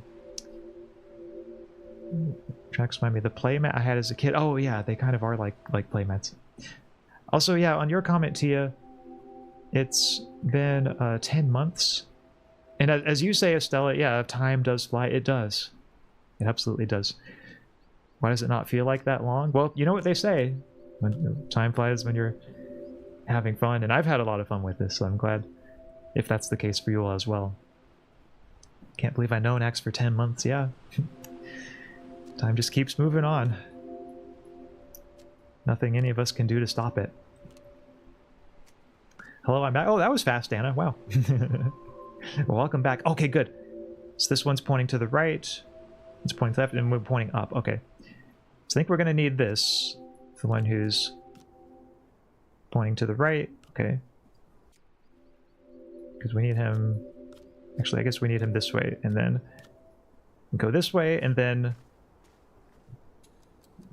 the little boy will... What's... Oh. Wait, I had them lined up earlier. Because if we just zoom out... If we zoom out on this one, and then, like, we... Yep, zoom out. Right here. Like, that's all we need, is just to get him over in this area. Oh, also, hey, Mian, welcome back. Welcome, welcome. We're currently in the final stages of a very challenging puzzle game, where we have to match different panels with each other, all to help this little boy on his quest to find these mysterious offerings. It has kind of a vague story, a sort of mystery story, but we get to piece it together very appropriately in puzzle-sized chunks as it goes along. So just in time for the final puzzle, though it is a puzzle I'm still very much struggling with. So we move that one here, and then, yeah, I don't think any of these are clickable. Nor is the bed right there. Yeah, it's looking like we just... I mean, yeah, this is the part we need because it has the directions on it.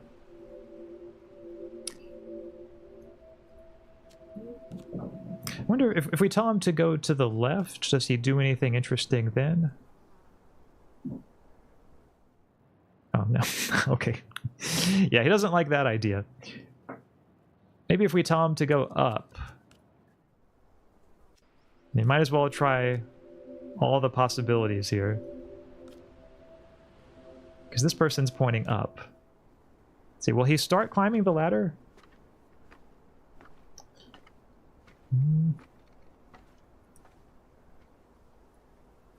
Oh, okay, well. Now, oh. I was thinking he might actually stick with it, but no. Got a lot. The card show about 17 cards. Oh, well. Nice. Congratulations, Anna. Glad you had a good time at the card show. I'm guessing you probably had a better time at the card show than this little boy's trying to have climbing the ladder.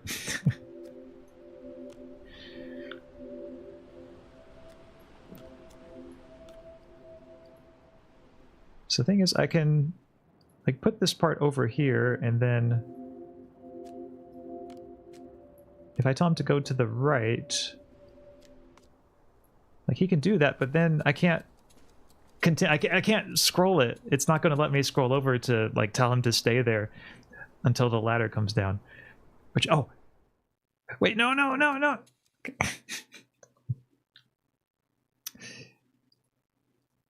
Because see what I mean, chat? Like, if I stay on this screen for a second, and then just scroll out, move this way, and then just make it like this, then they match up. But I guess if he does that, then I'd have to get him from the map back to his current location, at least his general vicinity, so that he can get to the purple offering, I mean. So just the question is, how do I get him over there? I think clearly it's going to involve something to do with these ladders. I just have to get him to, like, stay there. I just have to get him to stay there when he climbs that first ladder. There's got to be an answer. So just like before, okay, we have our directions up at the top. We know left and up don't do anything. It looks like telling him to go right is pretty much the only direction that we have.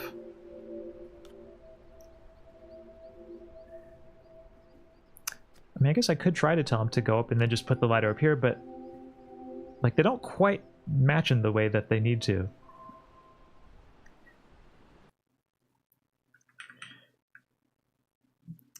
So yeah, this one is kind of rough, chat. It's... Oh, wait, actually, okay, you know what? I'll be honest, I just checked the guide and I see what it is now. I'm barking up the wrong tree again. The solution is totally not what I was thinking it is. See, I was thinking it had to involve, like, sending him to the right. But if I tell him to go up, he actually does climb the ladder for a little bit. And I think that's the key. Is I need to send him to climb up first. And then that way when he climbs back down... Actually, that way... When he climbs back down... Okay, yeah, I put this right here. That's how I get him into the map.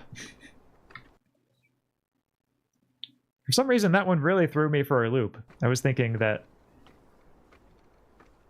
he was going to have to go to the right instead of that way. Maybe he goes to the right now that he's sort of in the map. So yeah, now he's gone from there. I guess maybe now we have to use this ladder. I'm gonna go. Hope we meet again. Okay, I hope we meet again too, Anna. Thank you for stopping by. And I hope you have a good rest of the evening. Congratulations on getting your 3 different Zacians and the red Victini and all the other cards that you wanted. Okay, so now... He's there? Okay, good. Good. You did it, kid. Except I'm not sure if you need to be going down, but I guess... Oh, maybe you do. I guess I just need to flip these pictures around, so then that way... That way you'll be in the right place again. Oh, okay, good. Now he's in the door. I think this is where we need to be, chat. I think this might be the last part of it. Yes, he gets the purple thing for the offering. Yeah, the purple offering is the final one, of course. Ooh. Could there be something else this way? I hear the bells in the background. Oh.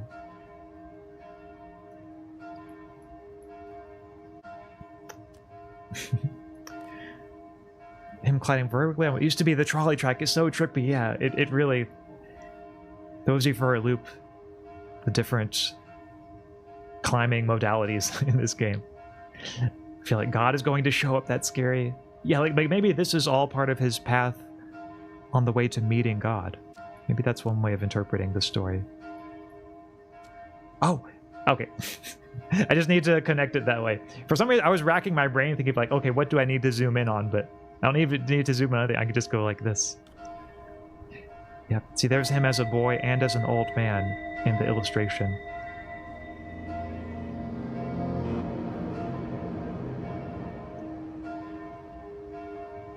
So he completes his offering.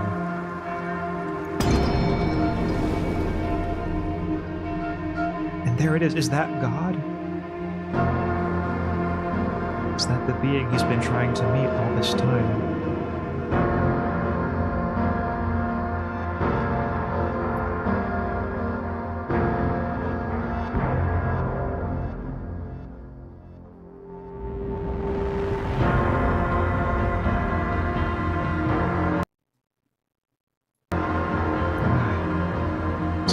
He's falling now, just like in the dream.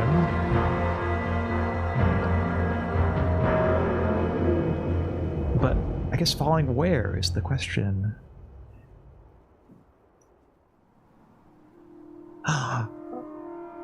This is how he became injured. I guess he saw the face of God, and it knocked him off the ledge somehow.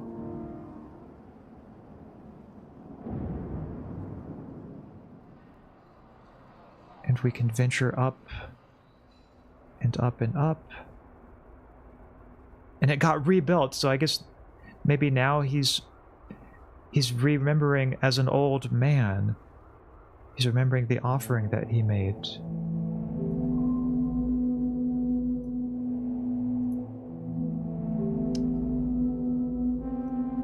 Yeah, it's all coming together.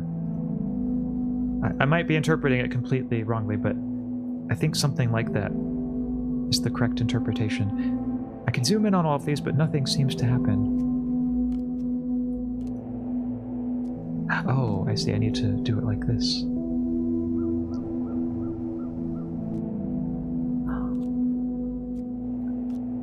I think we have a final puzzle in the offing. Here we go. So... okay, yeah, he's thinking of the creature.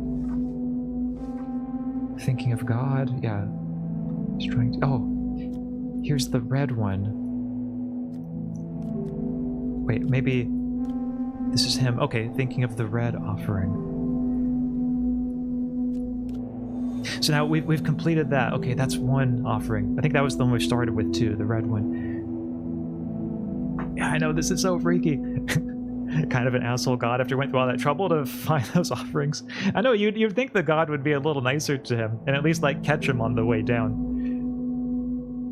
Guess he didn't really like the purple we got him. Yeah, this god's maybe a kind of picky when it comes to things like that, it looks like. Okay, so that's... oh, this is the green one.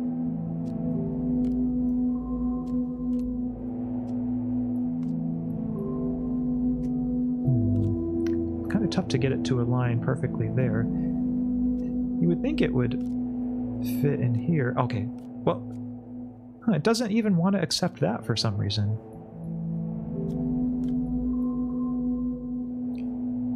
Well, I'll keep that on the back burner as a possible one for later. But, like, it's not letting me go anywhere else in any of these other images. So I'm thinking maybe I'll just have to... oh. Turns out we needed to zoom in even further, chat. This is a extreme zoom in type problem. Yes, I think I see where this is going now.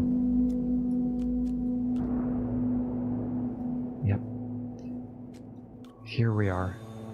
The green offering is complete. Or maybe this is like the final trial, and maybe the god will heal him after this. Ooh, a distant star. Okay, so he's thinking... oh, I was thinking it would let us... oh.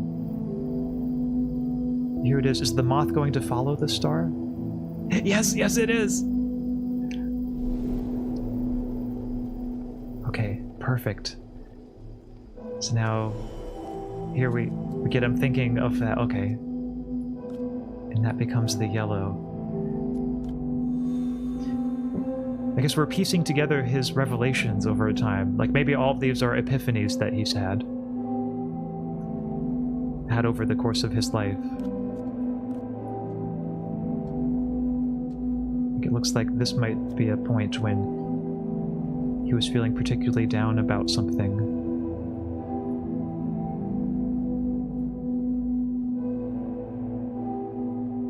And here, okay, looks like I need to find a way to make this turn.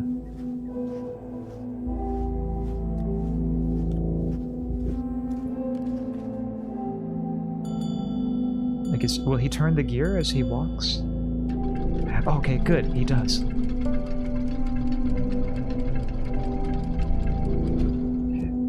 Okay. Good, okay. I was worried I wouldn't be fast enough for that one, but I think we are. Okay, blue offering. Now we've done it. One final offering. Can we do this? Oh yes, we've seen this before, him as an old man.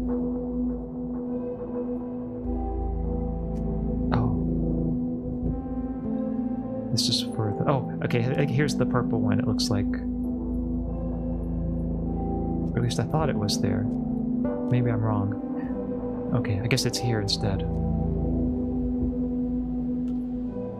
Okay. Oh, here it is. Nice. And that's all the offerings. Now okay, good, the bowls were paired too. Will this please his god? Will the god take mercy on him now?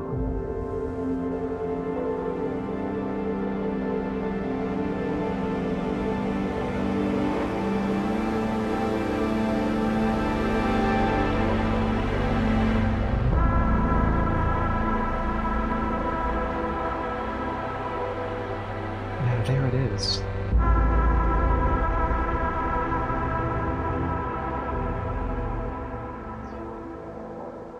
But what does it mean? That's the question. Oh, maybe we'll find out.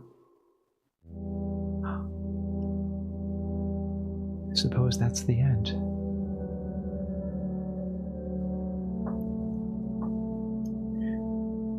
Yep. That is the end, chat. The end of the game.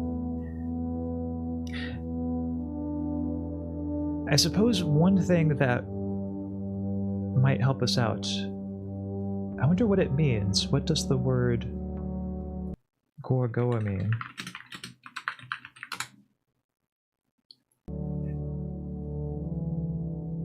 It says, okay, the word does not exist in any earthly language. Jason Roberts invented the name as a child for an imaginary creature.